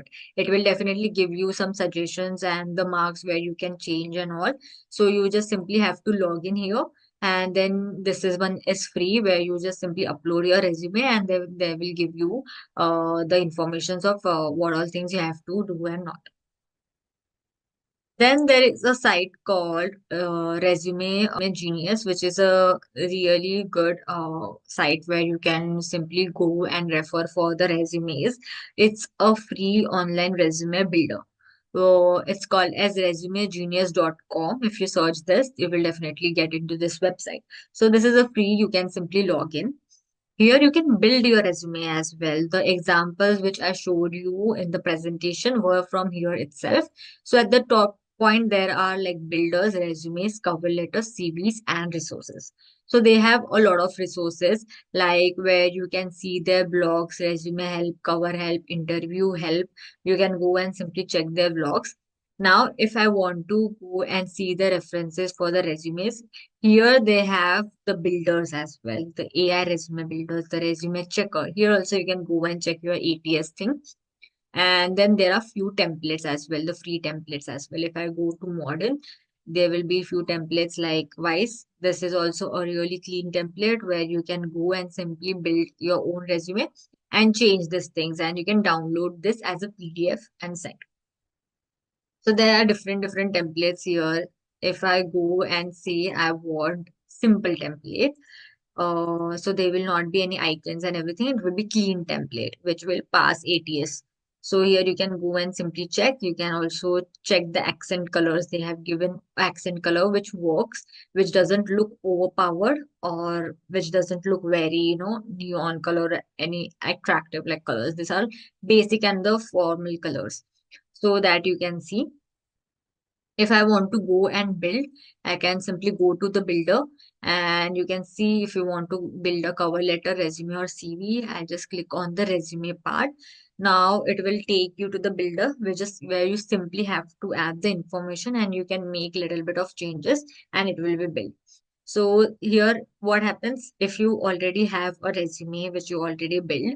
So you can simply go here, you can upload your resume and then you can move that particular things which you already use in your new format. If you want to start from the scratch and you don't have any resume, then you can go to build a new resume. Here they will ask you few questions like if you have experience, college, university, yes, add that particular things and then they will recommend you the templates which you can select and work on.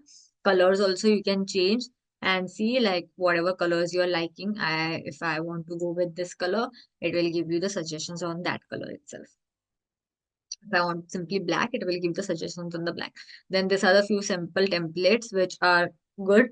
One with the photo, with not, and which are durable. Like you can simply use them and they don't have any other problems likewise. The information which I mentioned, like the sections which I mentioned, add that much of information that is important. Don't There is no need to add about the location and the address as well in your resume. That is also not required. So that things here also in the resumes you have to keep in mind. You have to like which sections are important and which are not, that you have to change. Just don't blankly copy the templates which they are providing as well. So there is no need of address also in your app. So address you can skip, and rather than in the address, here what we want is the portfolio link or LinkedIn link. So that you can add here. Okay. So this is one platform where you guys can go and check about the resume. Here they will have a different blogs as well, which you guys can read, where they have about different colors and yeah, here. So here they have different resume tips like best formats. Then they have CV versus resumes difference. Then the professional resume summary. If you go to their resources part, they have a lot of things like resume FAQs and everything. So there you can see which colors and everything works. Okay. Now moving to the next part, which is Canva. Again, Canva is a free platform, and if you guys know how to use Photoshop, then Canva is a very easy tool. So here also, if you go to templates and search for professional resumes, you will get hundreds of resumes which are already there. What you have to do, you have to select any particular format or any particular style which you think is good for you and is good to go, then just simply select that and then you can change it according to you. So if I want to select this, I'll just select, I'll go to custom this template and it will just make a resume. Now this one is editable resume.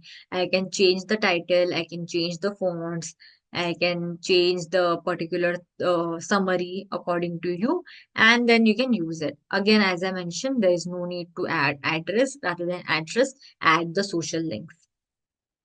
Here you can change, this is your professional titles, then education, skills, certification, and your professional experience. All the primary sections are covered here. If anything like awards or anything you want to add, then here in the certification and awards, you can add another section here. You can also do add a page. You can also duplicate the same page. You can change the colors here. Any color, if you want to change the accent color, that you can change.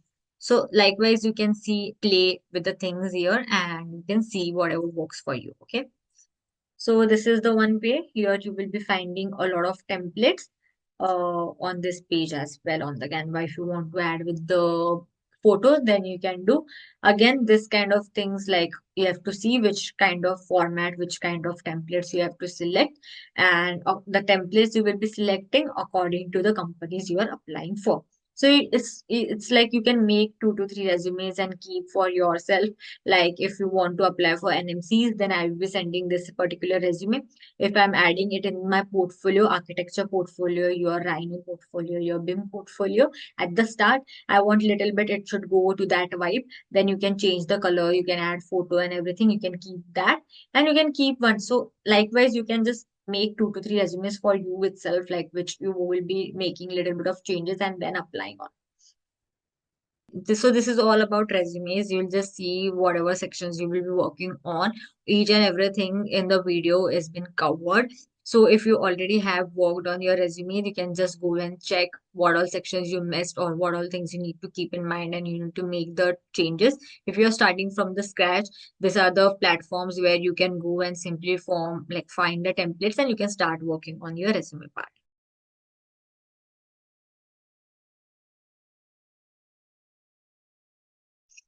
Hi guys. So this particular session for job support is going to be about good BIM portfolios, things you need to keep in mind for that. All right, how do you prepare your portfolios? What are the things you need to keep in mind? What are the things you need to showcase in your portfolio? All right, we'll also be discussing about your CVs. When you prepare your portfolio, we usually include a CV in the portfolio itself. But other than that, there needs to be a professional CV that we send across also. Okay, so we'll be discussing both these things with you today. All right, so let's get started. Let me share my screen.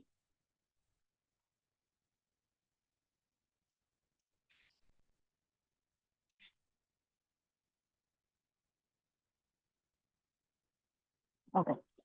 So this particular portfolio is by Aaron Morris. All right. It's a portfolio similar to what you guys have done over the course of your BIM program.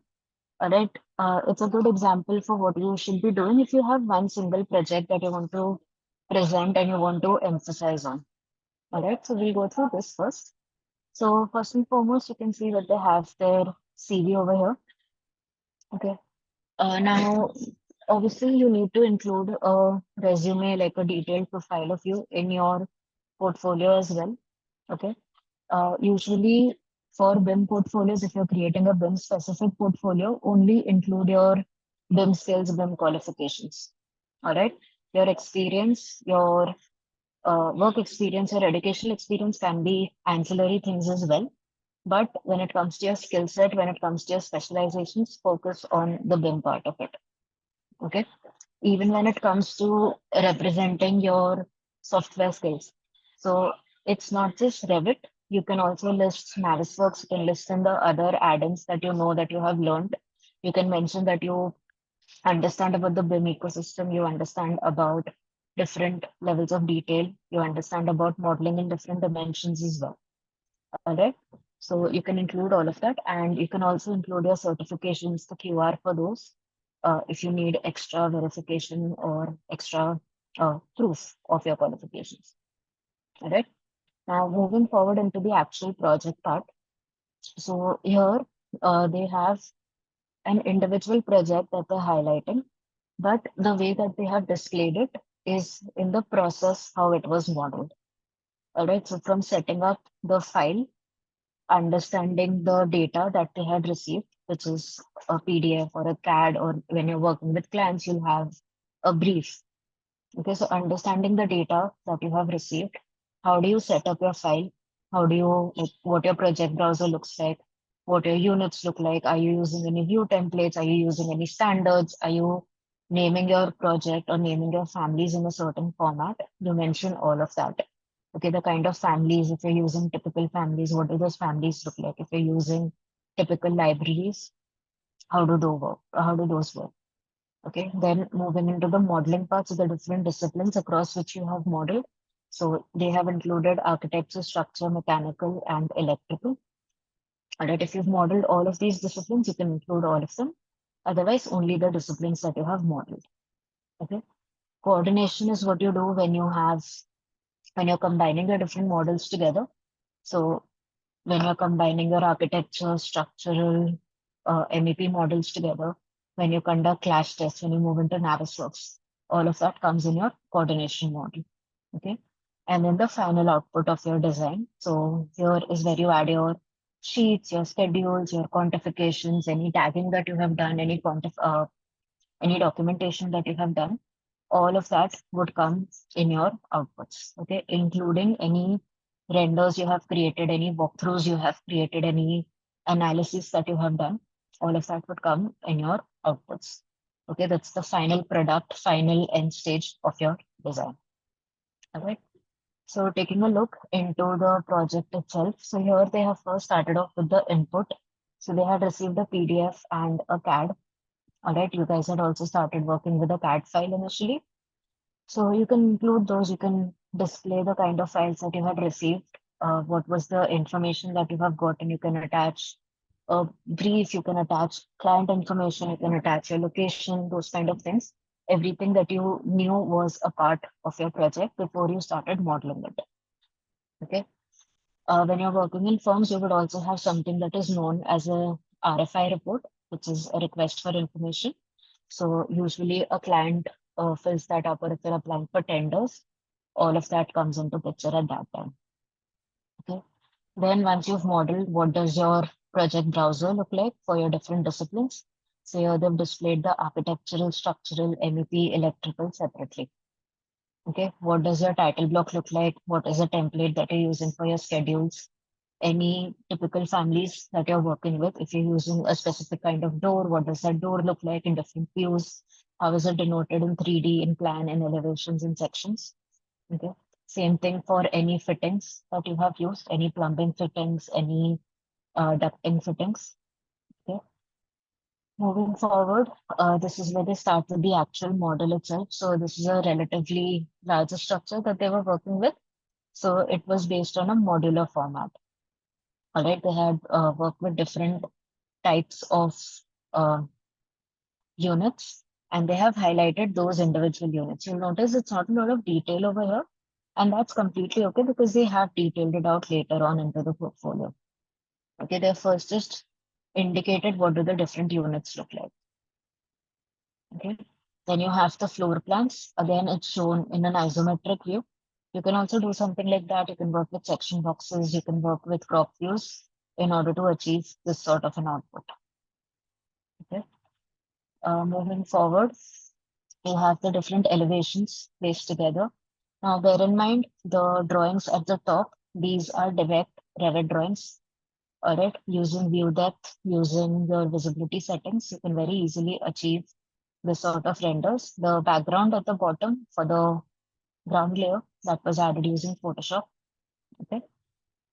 Again, moving forward, this is another project that I wanted to showcase. It's shown in the same vein, all right, a similar format. So they start with a 3D view of the project.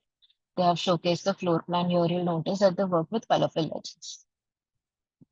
Okay, so this is a relatively smaller project. So you can see how the plans have been detailed, how you can see the positioning of the grids. You can see the furniture detail of your model itself. Okay, a typical section in order to understand how the structure works like vertically, how does the circulation work like. Okay. Similarly, again, you have all of the elevations for the project. Whenever you're adding elevations, whenever you're adding sections, always make sure that the datum elements are clearly visible, like they have over here. All right, so the levels, the grids, all of these are properly visible. The section lines are clearly distinguishable. You have some sort of context around them. You have some trees, you have materials applied, you have model text that is added to your projects. Okay, it just helps it feel a lot more thought out and realistic and properly modeled. Okay. Then, in order to get into the multidisciplinary model, they have indicated the different models that they had created. So the architectural model, structural model, you'll notice you have the superstructure as well as the substructure. Okay, you have the mechanical model, where you have the architectural discipline in wireframe, and then the rest of it is highlighted with the right legends. All right, so you can also do the same thing if you're working with the right templates. All of this would happen by default. All right, you don't need to worry about missing anything or not seeing anything properly or not being able to achieve the same kind of output. Okay, they've shown the same thing for another project as well, where they have indicated the architecture structure and mechanical models. All right, moving forward, what they have also done is since the project was larger, they have added the other disciplines on another page. Okay. Now, here is where you get into the coordination part. You can also, if you're showing your models like this, okay, if you're showing the disciplines together, you can also show a final coordinated model. Like if all of these models were combined, you can link all of your Revit files in the same, uh, like in a new RVT file and show what the final product, final output looks like. Okay. Then when you move into coordination specifically, here is where Navisworks would come into picture. So you will have clash detection. You can show the kind of clashes that popped up, how were they resolved, what was the clash result that you got. Always make sure when you're showing clash detection, you have your, before you conducted a clash test, what your model looked like, what was the kind of clash test you conducted, whether you conducted maybe let's say architecture versus structural. So what was the kind of clash test you conducted? What were the settings for that? And then what your final output, final model looked like? How did you resolve the clash? Okay. Uh, Always include a before and after scenario for your clash detection. Okay. Then for the outputs, here is where they've shown the final CDs and WDs. So every sort of detailed annotation, detailed tagging, final sheets that you are creating, all of that would come under your outputs. Okay, the final product, the final delivery that you are making.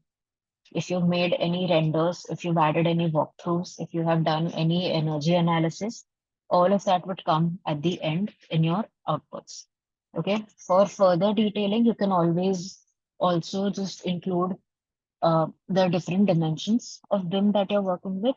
So at a 3D stage, you show your 3D models. Then at a 4D stage, you show your phasing. You show your, so 4D is the time parameter. So you show your phasing, you show your uh, um, time spent on your model. Okay. Time spent to actually construct the design, your 4D simulations that you create in Navisworks. All right, at a 5D level, you can show your cost simulations, you can show your BOQs, you can show your final schedules. Okay, at a 6D level, you show your energy analysis, sustainability, all of those things. Okay, so you can also organize it in that direction. All right, so this was one portfolio. Let me show you another one. All right, so this one is by this person, by Ali Mehdi. Okay, so here they have a relatively simpler resume that they have because they're a fresher. Because you can see the details that they have added. It's not that much. Most of you would have something along these lines itself, since you would be, you know, getting into the industry as freshers. All right, focus on the skills related to BIM. Don't add other extra skills. Then here, what they have done is they have segregated their portfolio according to the task that they have done. All right, the first one was on the basis of the process that they followed. Here, it's based on the discipline. So, what did they model? How did they document it? How did they model families and visual programming for Dynamo? Okay. So, any scripting that they have done. So, first in modeling, they have showcased four projects. All right. I personally am not a fan of this sort of display. It does look interesting. It does look nice, but it might end up being a little confusing for your viewer, the recruiter who is looking at your portfolio. Okay. So here they've shown the residential project. You'll notice we're not able to see a lot of detail in this because of the way that it is represented. Okay. And it's a lot of repetitive, similar information that has been included. All right. So I'll just quickly flip through the modeling parts. I'm sure all of you can model at this level by now. Okay. Next is the documentation part. So I do like how they've represented the documentation. It looks very clean. It looks very neat. All right, this is a good way or a good reference on how you should be documenting your projects as well. All right, so I wanted to pay attention to the level of detailing that they have added over here. All right, the floor plan is properly tagged. Every single element is tagged. It has the right schedule associated with it. It has the right legend associated with it. Okay, every single annotation, every single tag, every piece of information in this floor plan is easily understandable with the help of the schedules and the tables around it. All right, this is the level of documentation that you should be aspiring to achieve. All right, moving forward, if you notice, they've done it for all of the typical floor plans. Okay, and the format has remained consistent. Okay, so it just makes it a lot easier for the viewer to find what they're looking for, to see what they are, see the skill set that you possess as a BIM architect. Okay. Now going forward, this is their sectional details. So again, you can observe over here how they have detailed out the section. So first they have the complete building section. They have the key plan to indicate where the section line runs through. And then they have a broken section to just show the interior details properly, which is again correctly tagged and properly annotated. Okay, the same thing for your elevations as well. Elevations don't generally tend to have a ton of detail, uh, but you can improve them. You can change the way that they look based upon your uh, visual settings, your visibility graphics or visibility settings. Okay, you can work with materials, you can work with your visibility graphics to make your sections look a lot better and next to rendered. Okay. Then they've also added a lot of callouts. All right, so for typical details, this is something that you can do. Now, these are generally not modeled in Revit, these are just annotated. So you can work with your callout views or your drafting views whenever you have typical details. Okay, So here they've added some joinery details. They have added some finish details. How were these finishes added? How were these uh, joineries made? Okay, it's not required for you to include these because this does vary from firm to firm. Different firms will look at different levels of output for these type of details. It's not expected of you to add all of these to your portfolio. You just need to be able to create this in Revit if required. Okay. Then they have also added their toilet details in order to just show some interior design. So we have worked with interior elevations as well. So, you can show how they look like. You can add a 3D if you want. And just remember, whenever you are adding documentation, the right schedules, the right tags, the right legends are added, as, which are associated with that model. They are added in the same sheet. Okay.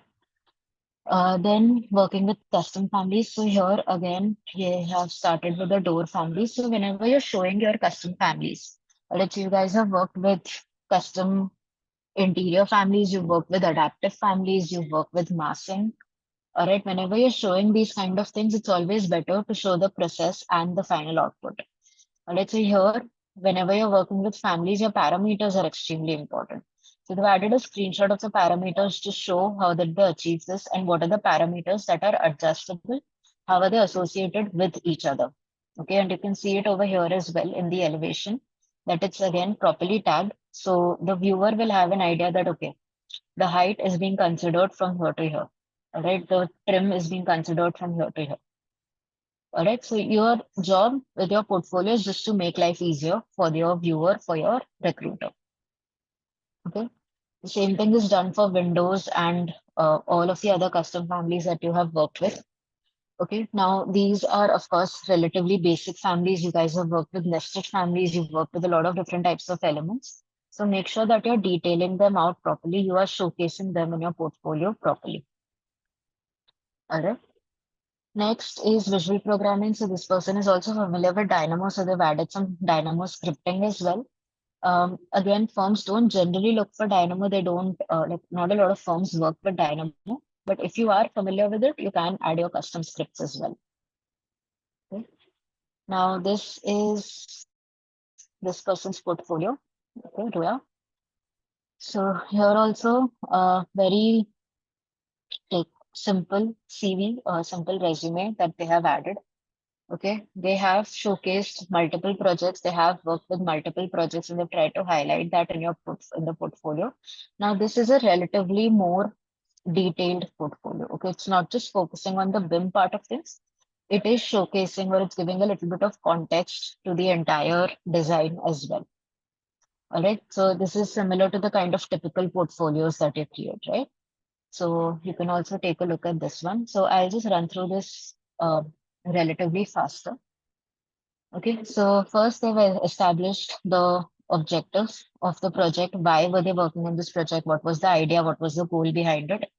Okay, what did they do? What was the process that they followed? They've laid it out in a text format. So they started with a point cloud model and then worked on it in order to create a 3D model.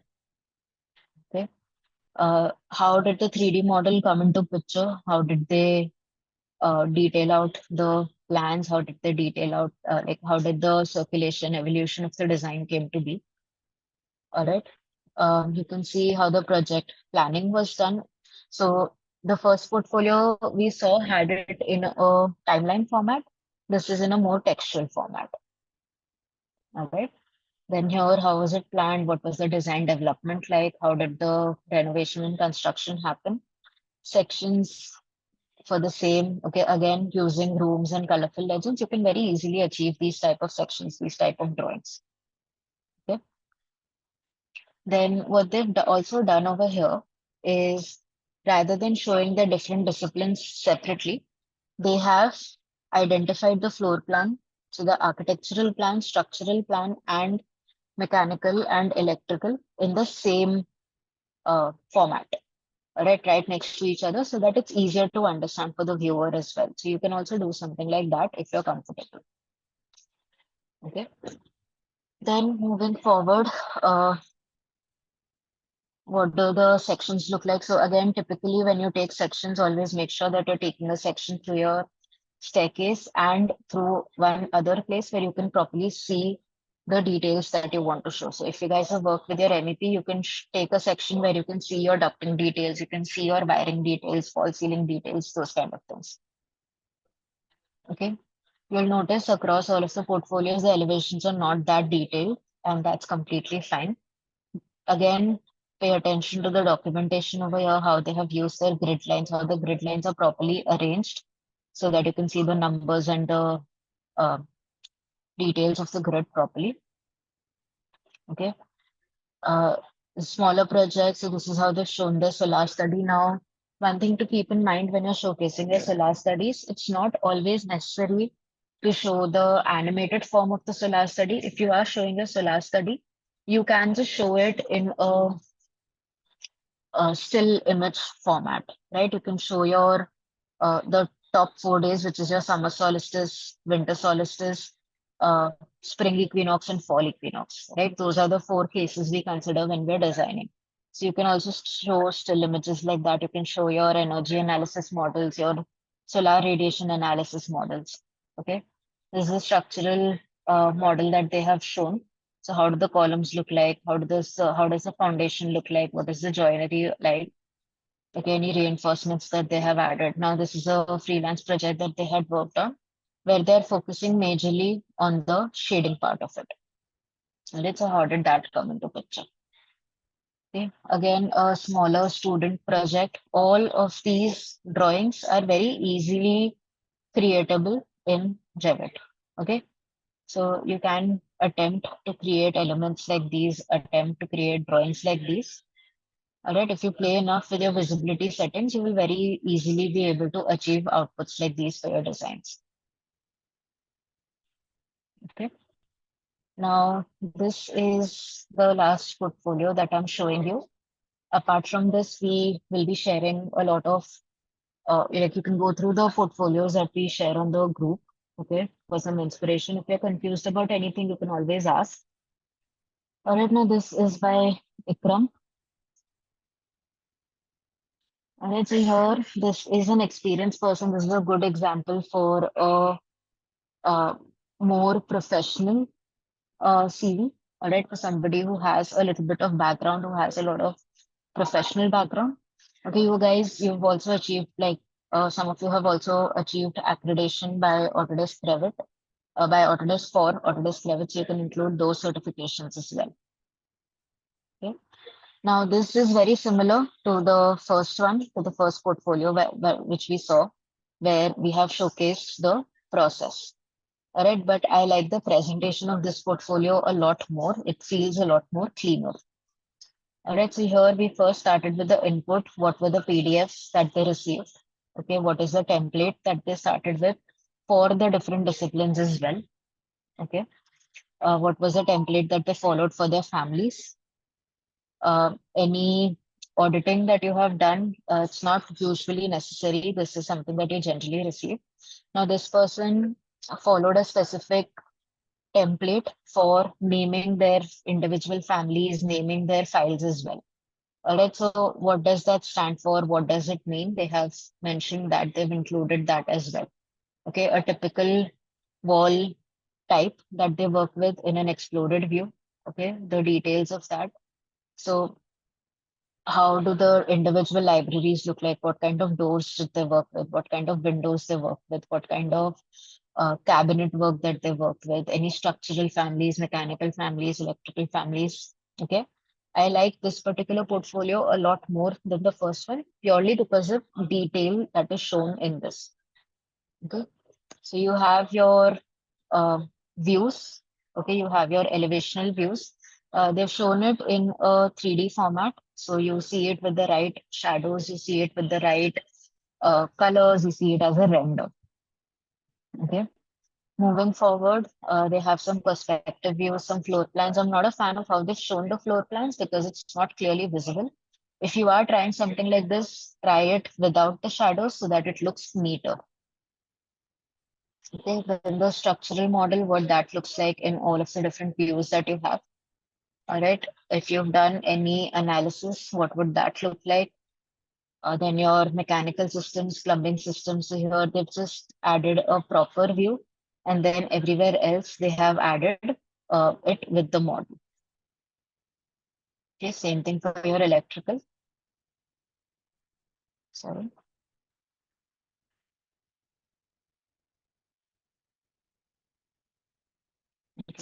Then for coordination, when you are conducting integrity checks with the help of Navisworks, how would that process work like? Okay, any clash detection, clash analysis that you have done, any standard schedules that you have generated. Okay, how was the tagging done? How are the sheets placed in your how are the views placed in your sheets? Okay, what do your final sheets look like? Then any renders that you have created. So they've worked with exploded views, they have worked with uh, realistic rendering as well. Okay. So yes, you can also do something like this. You'll notice that the entire project focuses on just this, entire portfolio focuses on just this one project. Then here you will see that they've added some Lumion renders.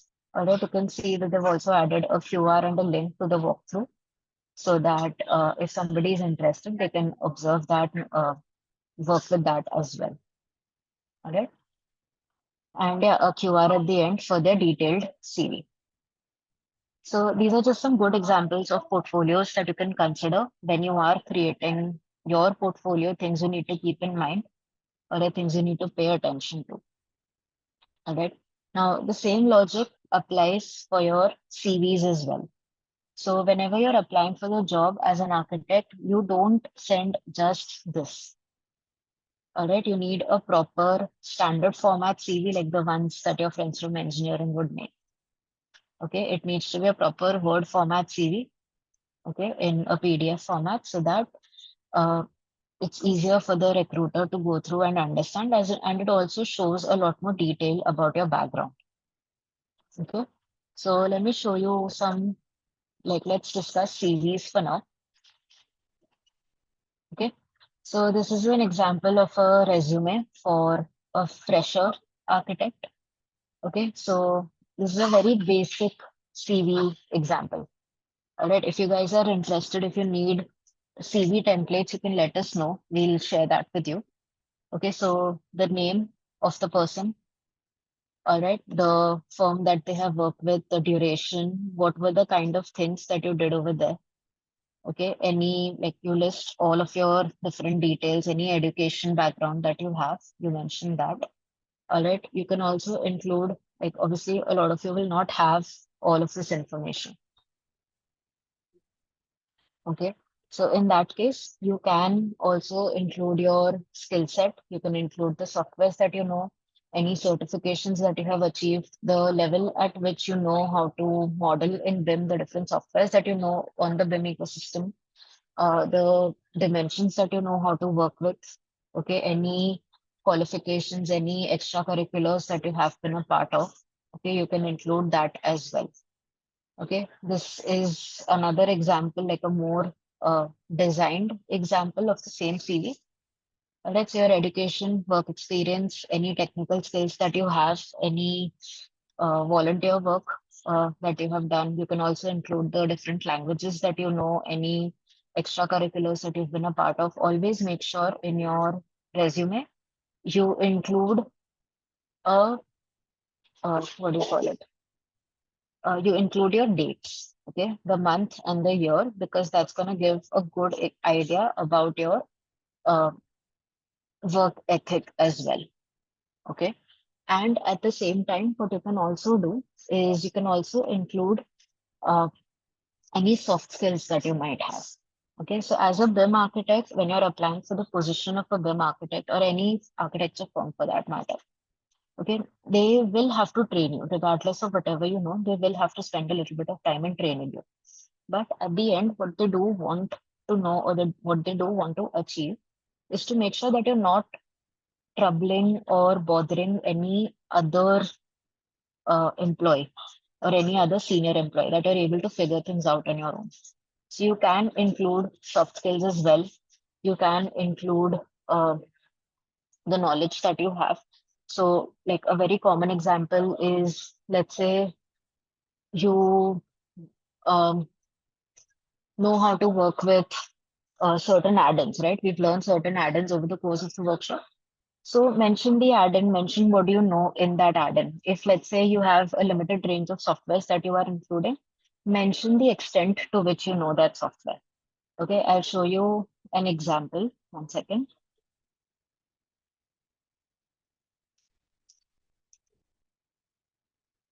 Mm,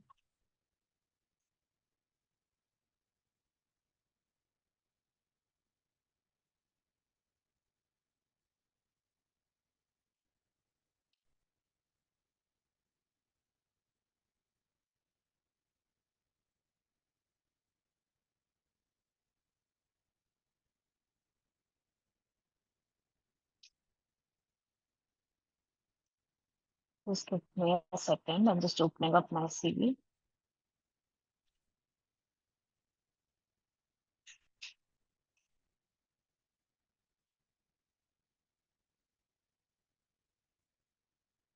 Okay, so here, this is obviously like not a good format for a CV because this is a two-page format.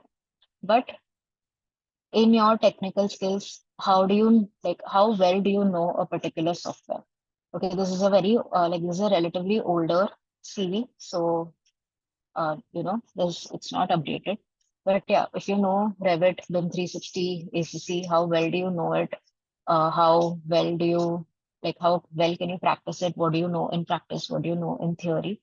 Okay, you can mention like it's always a good idea if you know a lot of softwares, segregate it according to uh, your different um, use cases of the software. So your BIM softwares would be under one column. Your visualization softwares would be under one column. Your presentation softwares under one column. Any other softwares that you know would be another column. All right. So here, basically, what I've done is my BIM softwares are here at the top with a small detail on how well do I know them.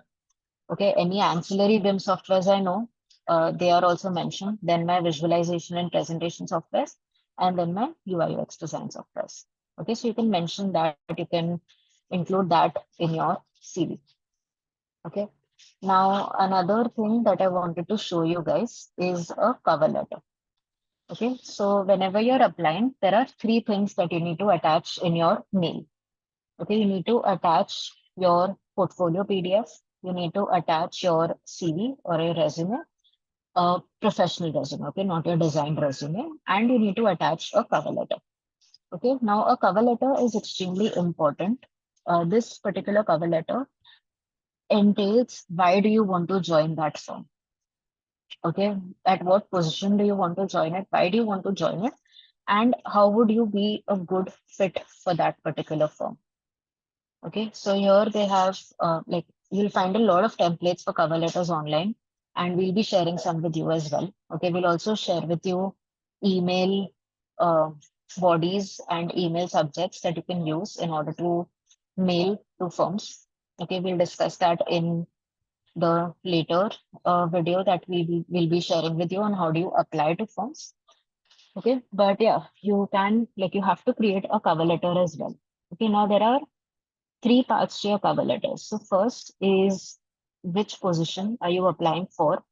Okay, uh, what have you added as a part of your mail? What do you currently do? And what achievements do you currently have? Okay, then what are the skill sets that you have? Other than this is basically just a textual way of mentioning what are the skills you do have and how do you plan on implementing it as a part of this new firm that you are applying to. Okay. And then lastly, um, how can somebody schedule to discuss with you? So if they need to reach out to you via mail, or if you would be calling them, or if you're looking forward to an interview, you mention that at the end. All right. So your cover letter needs to be divided in those parts. And at the same time, it needs to be tailored to that specific firm. Okay. You can't just send a generic cover letter to every single firm that you're applying to. You have to make sure that it is tailored to that specific firm that you are checking. Okay. Another thing that we want to talk to you about is use some buzzwords in your resume. In your resume, in your cover letter, in your portfolio, use some buzzwords, use some uh, high quality action words, which indicate that you know what you're doing. Okay, you know what you're doing, you're skilled at what you are doing. Your resume, your cover letter needs to exude a lot of confidence. Okay, so you can take a screenshot of this. All right. You can use these in order to show what you have achieved, show what you are capable of, and why would you be a good fit for a specific firm. All right. So, um, if you help somebody out with something, if you were able to develop a specific process, if you were able to plan a particular project, if you were involved in client meetings, if you like let's say you're applying directly for a fresher job. So what did you achieve? Like maybe you took part in a competition, maybe you were in some NASA competition, maybe you were a trophy coordinator, if you managed a team, if you did any extracurricular work, all of these things, they need to be highlighted, they need to be added. Okay, your resume is not just about your BIM skills. That is something that you show via your portfolio. Your resume is about marketing yourself as an individual. Okay, it's about showcasing how uh, qualified you are and what are the skills that you possess other than something that 50 others would already know. Like you can just check like between the batch size that you have. Right? All of you are going to go with a similar kind of portfolio. What will set you apart is your resume because anything that you have done in college is not something that the rest of your batch has done. Okay, any extracurriculars that you've been a part of, that's not what the rest of your batch has done. Okay, so you need to include that. You need to establish a unique identity for yourself with the help of your resume, with the help of your CV. Okay, so use heavy words in order to emphasize that, in order to highlight that as a part of your um, application. Okay, now you can go through the portfolio links that we've shared on the group and go through them, understand them. If you want to make any changes, modifications to your existing portfolio on the basis of that, you can do that. Okay. But at the same time, what we also want you to consider is start working on your CV. Okay. Start working on your CV, start working on your resume so that we can guide you on that aspect as well. Okay, if you guys want, you can let us know and we'll share some templates with you. We'll share some uh, formats with you. Okay, if you guys want, we can also share like a tutorial with you on how to create a resume on like Illustrator or something. All right, you can do that, but just make sure that you are working equally as hard on your resume. Okay, and it needs to be in like this standard format. It can't just be a screenshot or like just the export that you create from your portfolio. It needs to be in this standardized format. All right. And yeah, if you have any doubts, if you have any concerns, you can let us know. The next session that you have with us will be to discuss your portfolios. We'll give you feedback on the portfolios that you have made. Okay. After that, we will also be discussing with you in a similar fashion about how to apply to firms. Okay, so how do you shortlist firms? What are the parameters you need to keep in mind? How do you apply to these firms? How do you develop your LinkedIn profile? How do you uh, develop your internet presence in order to appear as a professional and resources for that as well? Okay, once all of this is done, then we'll get into skill tests. We'll understand how you can prepare better for interviews, how you can prepare better for the skill tests that firms have to offer you. We'll also conduct mock interviews based on all of you who have completed your initial job support part. Okay, if you've submitted your updated portfolio, if you've submitted your CV, then on the basis of that, how well have you prepared and performed in the previous parts? And then you will have mock interviews with us. Okay. So yes, we'll be sharing all of that with you according to the schedule that you guys have. Okay, so you can go through this.